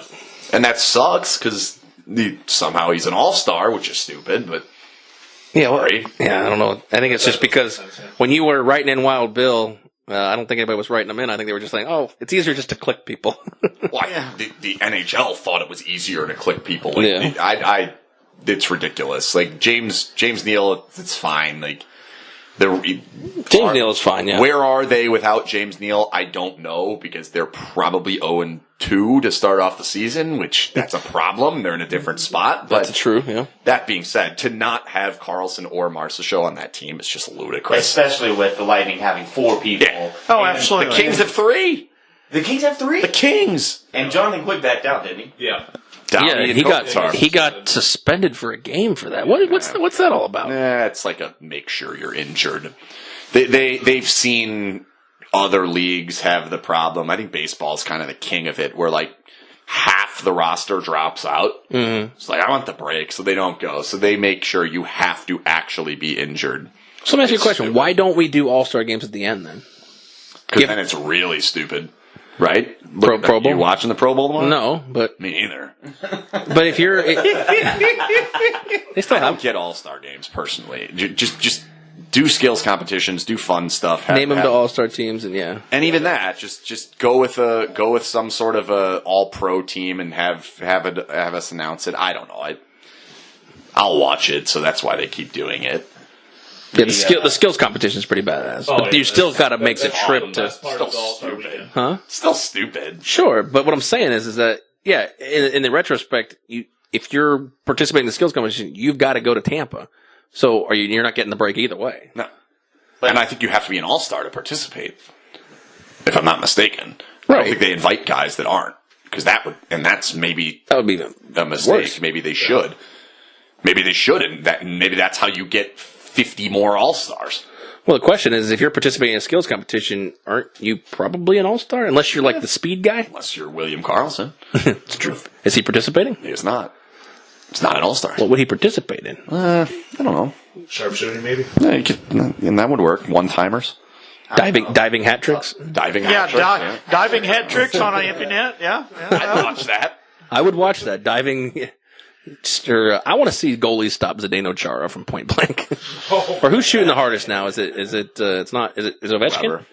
Is it Weber? It's Weber. Is it Subban? Still Weber? One of those two. Weber or Subban? God. They hit the problem problem with that that- Miller can hit it hard though. Yeah, Yeah. he can. The problem with those is the way they calculate them. The closer it is to the ice, the higher the miles per hour is. And I don't know why that happens. Probably because the It's radar just reads it better not down true, there, right? yeah. The radar reads it better, so it's like wonder who if can just sauce it. Looks like my golf shots. Yeah, there you go. Like I wonder if it has Those to do worm with, burners. In-depth thinking of whatever. Like, is it like a reflection of like Maybe, on yeah, the yeah. ice that like It sees it captures, twice. like, Yeah, it sees it twice. That's what I always tell the Damn, police this when they was pull me fast. over. You saw my car twice. Right. You were traveling 108 miles an hour. No, I wasn't. 65. Yeah, exactly. So, wow. I mean, we've covered a lot here. Let's cover the last trophy, and that's the Hart Trophy. And I wrote, we talked about that in the beginning with Eddie, on the phone, and I've written a few articles about it, and I'm sure you have too. I mean, who is it at this point? What are the candidates? I mean, there's the obvious names: Cooch, Stamkos, Bergeron's Line. I think McKinnon's got to be in the conversation now. Yeah, I mean, I wrote my article, a month and a half, 2 months ago. I mean, things change all the time. Where are we at here at this point? I mean, Ovechkin's leading the league in goals. I don't know. Is it just fatigue at that point? Because, I mean, Ovechkin seems to lead the league in goals almost every year. Partially. Yeah. Partially. Yeah. Is he the LeBron James, And this is why I think the idea of how they do the voting makes sense, in which we've seen Ovechkin play once. He did not wow me in that game. So I'm going to have a hard time voting for Ovechkin if I had a vote. I would not have a vote because I would vote for William Karlsson, and that's why I don't have a vote. That's the exact reason I don't have a vote, is I'm way too biased, and I'm not going to say that I'm not. So, is it fatigue? Yeah, probably a little bit. But to me, the games I've watched him play, he's not the MVP compared to games I've watched Kucherov or Bergeron or even Line. I think for me, I gotta go Stamkos probably for me, and I think Stamkos because, Kucherov scores all the goals, but where does all those goals come from? The incredible passes from Steve Stamkos, and he's no slouch in goal scoring. No, he sets up in office, and he, on the right side of the goal, and he gets his goals too. On their ballot at midseason, it's Kucherov, McKinnon, and Tavares. I don't know how Okay. Tavares could win it, but I mean, compared to those, I can make the argument for McKinnon if they make it. I Sure. can make the argument there, but I still wouldn't put him over Kucherov, No. and I probably wouldn't even put him over Stamkos. Yeah. I still like Carlson. Yeah, we have to write in Wild Bill again. when in doubt, Right in throw Wild Bill. Carlson. Yeah, my ballot would just be. I actually think Carlson has a legitimate shot of winning the Rocket Richard. the defensive award. The Selke. Selke, yeah, I can never remember the damn names. Seems like that's Bergeron's award every year. It is. Yeah. Is that the best But if he- Defensive forward. Defensive forward. I mean, I don't think he's going to get enough credit for it because of who he is and where he plays. I don't think people realize that no one watches West Coast games. No. Like I didn't do, think about it yeah. until I saw one of the tweets from one of the Columbus guys that said puck drop at 10:15. I'm like, Jesus Christ, that sounds awful. I Can didn't you watch. imagine a game started at 10:15? I didn't watch a lot of West Coast I hockey. think I it's remember 2.5, watching 3 games hours. that started. What at a that time. mess. I mean, we're all from. I don't know about Josh, but we're all from somewhere back east. Yeah. Ugh. Even you in the Central Time Zone. I mean, you're Central Time 9:15. Zone. Starting a game at that point. I hated baseball on the West Coast. It was the worst. Games never end. 5 hours. Yeah, the game Game never starts ends. at 9:30. Jesus. Make your 8 decision. p.m. Yeah, one more half inning. 14th inning. All right, let me go make a bowl of ramen. But like, yeah, when a game starts at 10:15, most of these guys, they got morning skate at 9 in the morning the next day. If you're a writer, Yeah. 10 in the morning, you ain't staying up until midnight watching the game. So they don't watch. Yeah.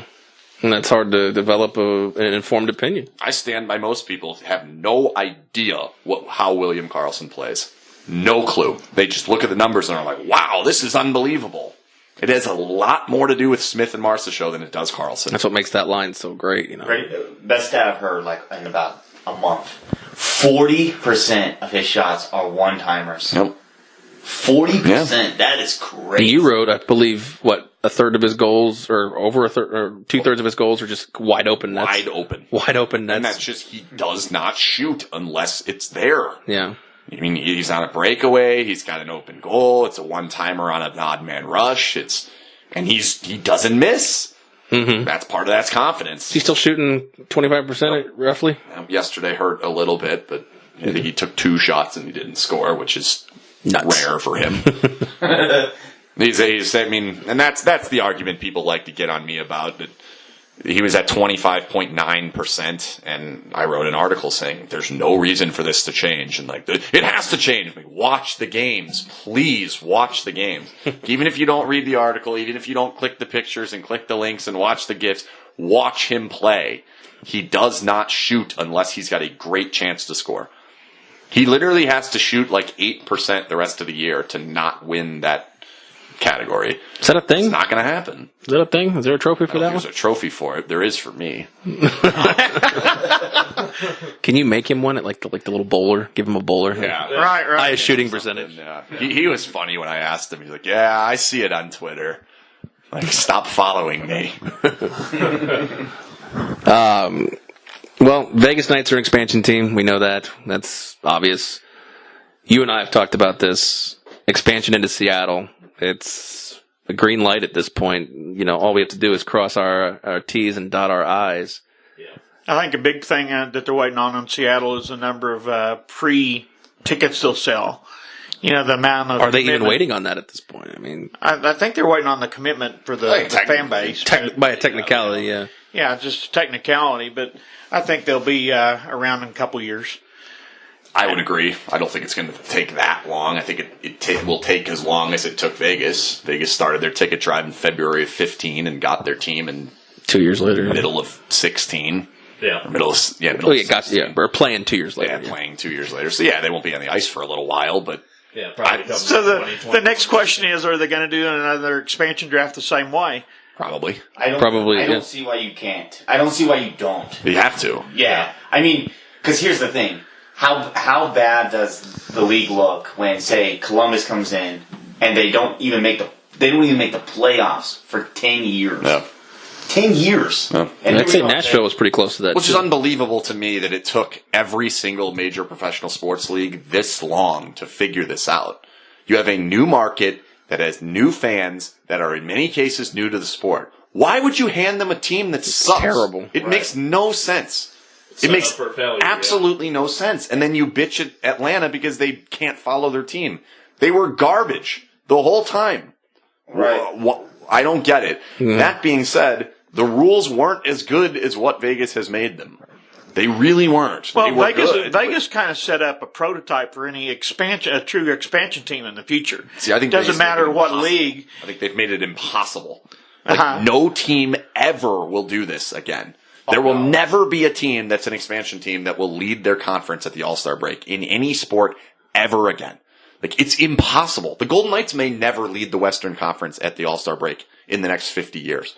It's so hard. They've been so unbelievably fortunate. I'm holding out for next year that they hold it. Hopefully. But when Seattle comes in, they're going to pick their team. We're all going to say the same thing. Well, Vegas did it. Why can't these guys do it? And they'll probably be a 75 to 80 point team.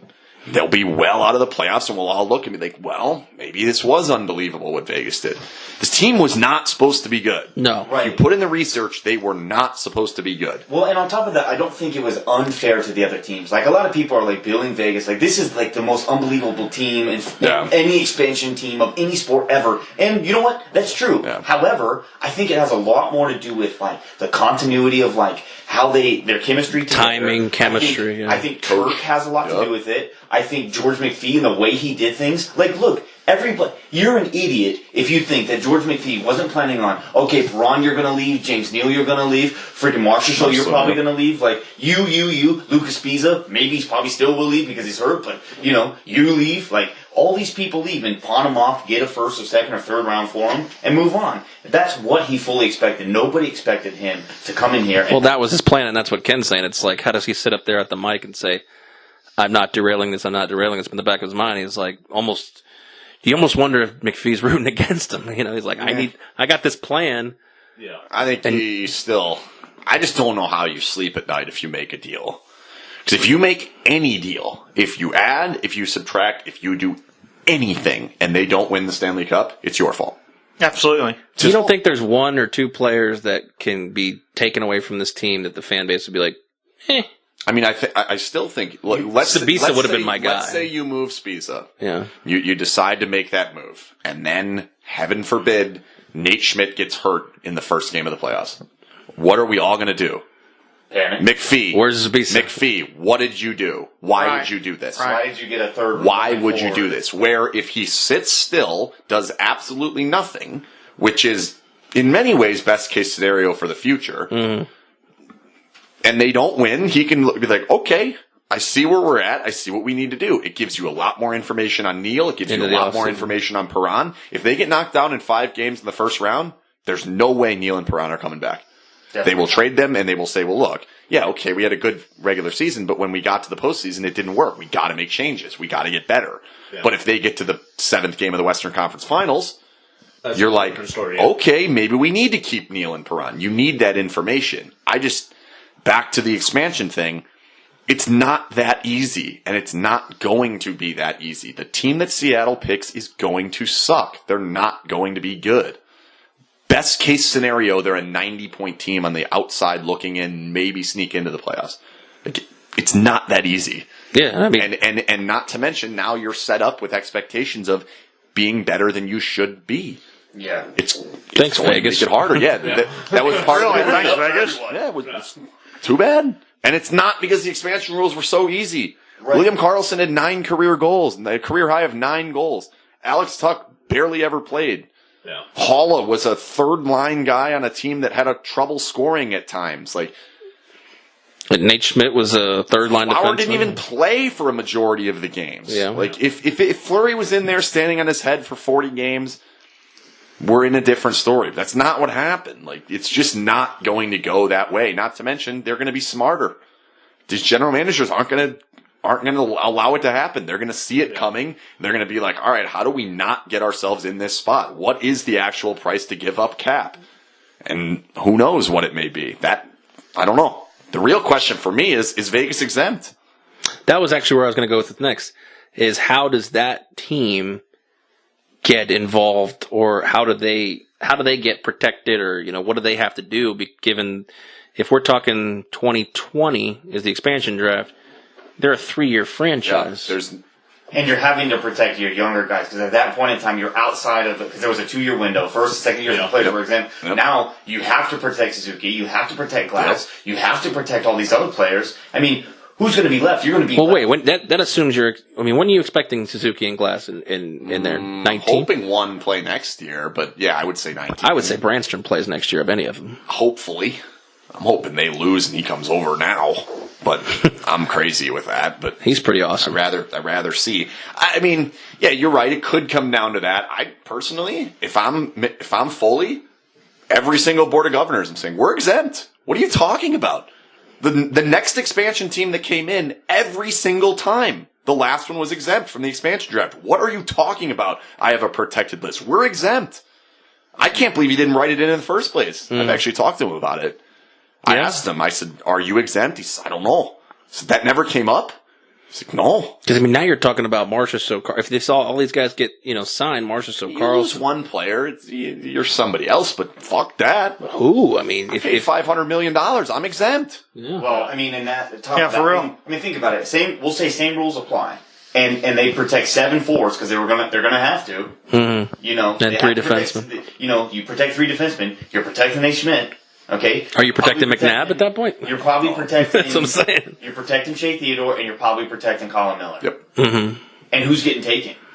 I don't know. Yeah. McNabb get taken again? McNabb, whoop-de-doo. I'm not worried there. The worry is because it's not, the team's not going to look like what it looks like now. Right. Like, you're going to hope that you have some unrestricted free agents. Well, we're that talking can about the go, core. Yeah, we're talking about the core. Yeah, your core, you shouldn't lose any of the core. It's just, I'll stand by it. I don't understand how they have to go through the process.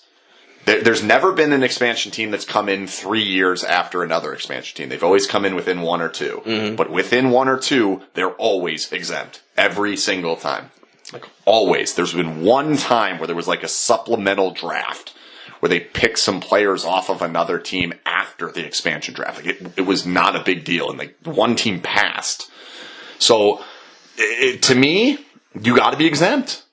And I don't disagree. They better be in the lottery. If they get the first round pick, like, Foley at some point has to stand up and be like, listen, I know what happened. I'm aware of how good we were out of the gate. But you all did not think this was going to happen. Just because I hired the general manager that's better than every single one of your general managers does not mean we changed what the rules are. Does not mean we set a new precedent. You set the new precedent, but this was part of it. My general manager is the shit. So fuck off. Or exempt. That's what I would do. And what are they going to say to him? Probably exactly what I'm saying right now. Nothing. Yeah, they'll just sit there and be like, God damn it, he's probably right. Yeah. No, and then they'll vote and he'll lose and we'll move on. But he has to stand up for himself. Like, he's got to. And like, hey, maybe they can have one of the parachute. Maybe the Black Knight parachute. Confusing. I don't know. To me, like, that should have come up in the first place. And I think that's well. When did Seattle become a thing? Not 2016. if you're the 31st team, we're not having a league with 31. Eventually, we're having it. Like, I would have put it in there. Like, within 5 years, we're exempt. Well, there was also the talk of contraction. Correct. So if you're the 31st team and we almost lost Florida or Carolina, why not? And then that was part of the argument I was making way back when. Foley was not invited. He wasn't in on any of them. McPhee didn't get to go to any of them until the final payment went through, which was way after they had the team. They weren't even invited. So when they're making new rules and they're finalizing the expansion draft rules, they have no say on it.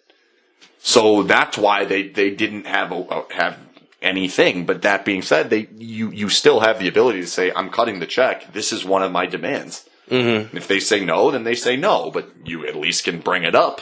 They never brought it up. Mm. And now it's going to probably bite them in the ass. Because they're just going to be one of 31, mainly because they were good this year. Tough break.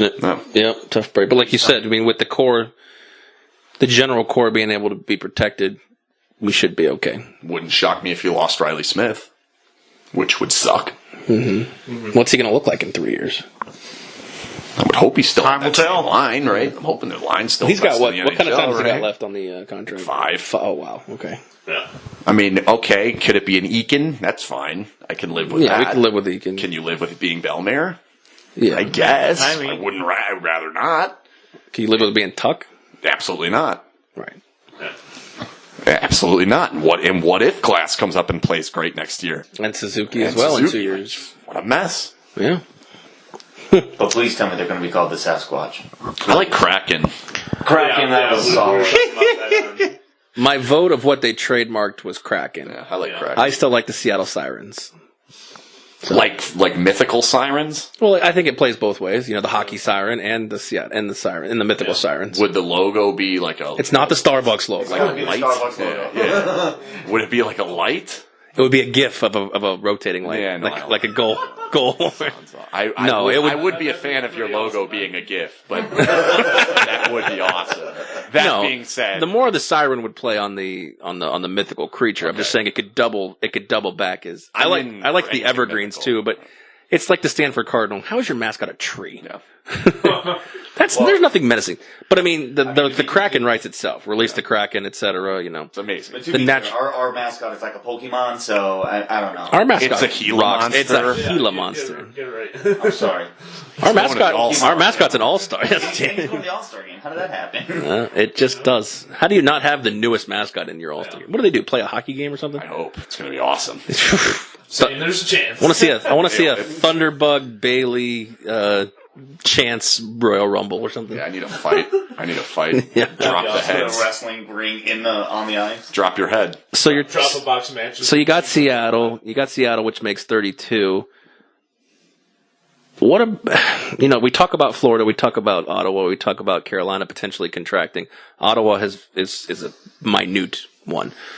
But now you're also talking about possible further expansion. Houston, Kansas City, Portland, Quebec, another team in Toronto. It seems like they're at two ends of the spectrum here. We could lose teams, but at the same time we can add teams. I think you're going to see... It's a weird limbo. I think you're going to see Arizona move to Houston before you see anything else happen. That's what I think. Well, there's been talks that like Carolina will move over to Charlotte. You know, they've been talking about that with the new owner. So are we looking at moving teams at this point, you think, more? I mean, there's 3 different angles the NHL can go. I think you're more likely to see a lot more I don't think we see another, after 32, I don't think you see 36 or whatever. Because here's the problem. You got to have it in denominations of 4. That's why the 31 is kind of weird. Yeah. Like, the Pacific has a certain way their schedule works. The Central has a different way. The East has a whole different way how their schedule works. And like, you could say, well, I mean, that's They'll not figure it fair. out. No. I mean, Vegas gets to play Arizona 5 times. This year. Yeah, this year, then they go play. You know what I'm saying? Like, it's that whole thought process of, like, they want continuity, and I think with continuity, you gotta have a multiple of 4 with 4 divisions. You know, so I think that the best that you see is a few teams moving here to there. I think that, like I said, the first I think you see is Arizona moving to Houston, and I think that allows for the divisions to be realigned when Seattle comes in, too. And then Ottawa goes to Quebec City. I'm not as concerned with the number. Whether it's 31, 33, 32. That can always find its way, yeah. Doesn't really bother me because, yeah, like you said, well, you get to play Arizona 5 times. Well, but Arizona could have been looking at the schedule saying, well, we get to play Vegas 5 times. That's awesome. Sure. And now that's and then the worst. maybe 4 years down the line, Yeah. crap, Arizona's good, and now we got to play Arizona. Yeah, so like that rotates, and that's just sports, and that's just how that works. The fact of the matter is, we play 82 games to eliminate half the teams. It doesn't really matter how many teams we have per se. It's just, I think you're probably going to see move teams. It wouldn't shock me if Quebec City got another team. I think they're going to Houston before they go to Quebec City, though. I think they're going to. I would bet they go to Kansas City before they go to Quebec City too. Quebec City lost a team. That's why I don't understand Seattle. There aren't many cities that have lost professional sports teams. That city did. Like, I don't get the allure of Seattle personally. I don't either, but I mean, it seems like it's. And to be fair, Seattle lost a professional. That's what I'm saying. That's what he's saying. Yeah. That's one of the only cities that's ever gotten a team back, and they're not getting their own team back. They're getting another sport. Like, right. And we're guaranteeing this is going to work. Like, I don't. In the current landscape, I think it's hard for a sports team to not work in any city. Like, I just think sports are more popular than they've ever been before. And I also think that the NBA just doesn't operate. They're great market. It is. They're great marketing to the top 10% of the league, but the rest of the leagues falter and lose money every year. The problem with the NBA is one player makes your team. Sure. And one player has made the league for the past, 10 years. Why are we playing? It's good players against good players. It's not teams against teams. It's not even that. It's LeBron against whoever else. Like, it doesn't even matter. Like, why do they? I don't even know why they play. Like, I haven't watched an NBA game in 2 years because I know what's going to happen. Like, I'll watch the last two. Right. Like, it's fine. Yeah, my dad and I were having this conversation yesterday where we were talking, like, look, who doesn't think it's going to be Golden State and Cleveland? Everyone, that's what it's going to be. It is going to be but, Golden I mean, State. But look at hockey. At any given time, any team can beat anybody. Hot goaltender, home ice, I don't care. timely scoring. Yeah.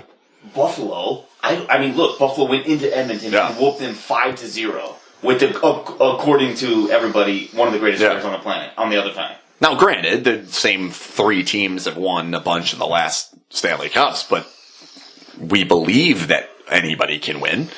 Like, if all of us, who's going to be disappointed if Nashville won the Stanley Cup last year? No one. But if Pittsburgh wins this year, is everyone going to say there's no parity in hockey? Absolutely not. They barely got in. Right. It was hard for them to get in. They could have not got in. If the Kings win, if Chicago's probably not, but if it's one of those 3 teams, who knows? But I don't know. It's easier to market hockey for a couple of different reasons. First of all, and I've said this to some of the marketing guys with the team, it is very difficult to be eliminated at this point in the season in hockey. There are, 2 teams? Yeah, Arizona, Maybe 3? Arizona and Buffalo. Yeah. You make the argument if Ottawa gets hot for Florida, maybe. And even then, Ottawa, yeah. They had a bye week where they lost a ton of ground and came back and they're like, oh shit. But like, it's hard to be that bad. So the games are going to matter. Where the NBA, you're already eliminated. 30 teams were eliminated when the season started, or 28.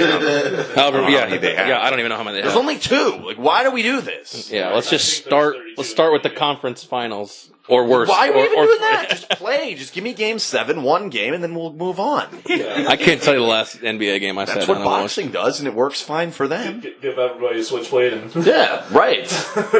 Drive to LA. one player comes out alive.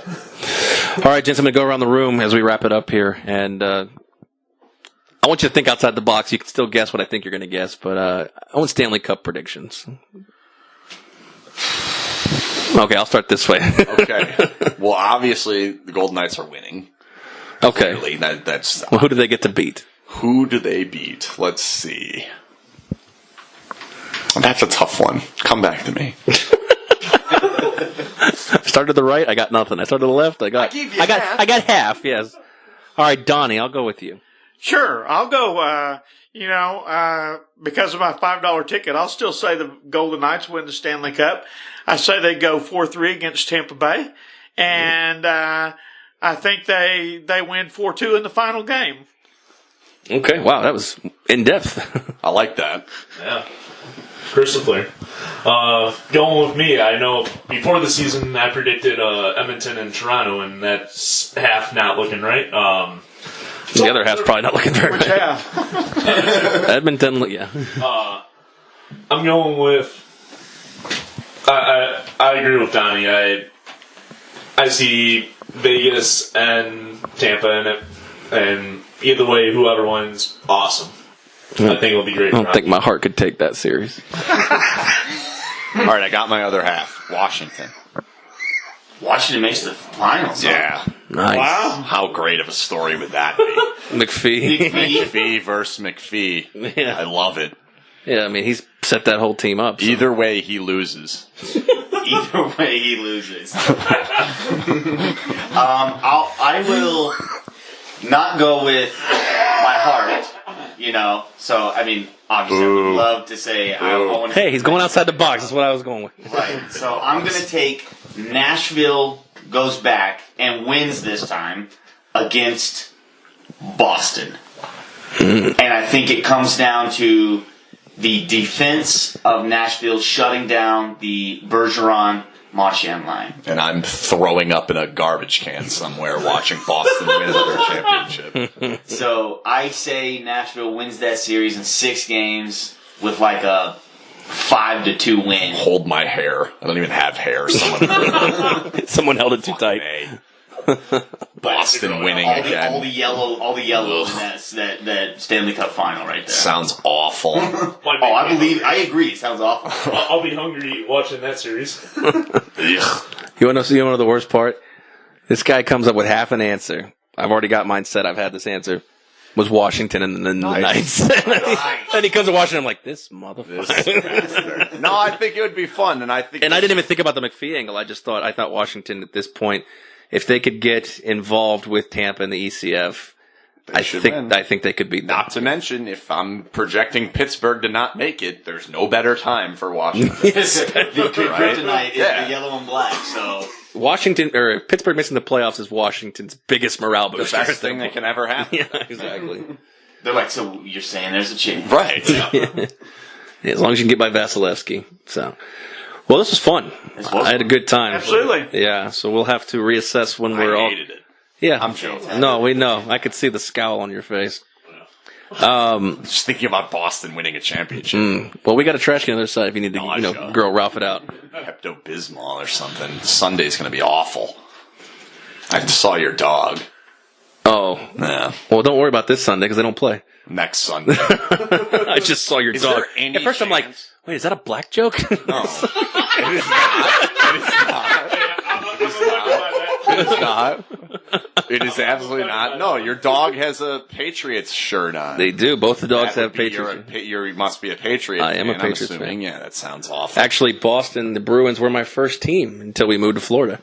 And I'm a Buccaneers fan. How did this work out for me? How did you become a Buccaneers fan? I don't know. I liked Pirates when I was 8. It was stupid. No. Fucking idiot. Well, Gasparilla's this weekend in Tampa. You can run down there and go to the big Pirate Fest. It's like Mardi Gras for Pirates. I don't like Pirates anymore. I just like the shitty football team. But football is stupid. Speaking of the same team winning every time.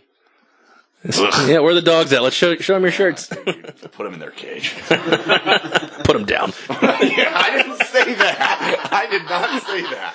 I'm going to have Sarah McLachlan at my door.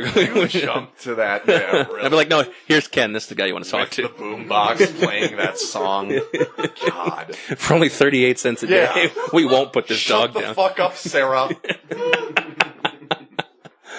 Oh, my goodness. Well, I can't wait to do this again. And I can't wait. Obviously, we're all going to be at T-Mobile. And for the excitement as the rest of this season. And hopefully, like you said, McPhee doesn't do anything, just status quo. So, well, gentlemen, I thank you very much for coming. Thanks for having me. This was pretty freaking awesome. And we'll have to do it again sometime. So, once again, this is the Vegas Squares Hockey NHL Roundtable All-Star Edition, whatever you want to call it. We're out.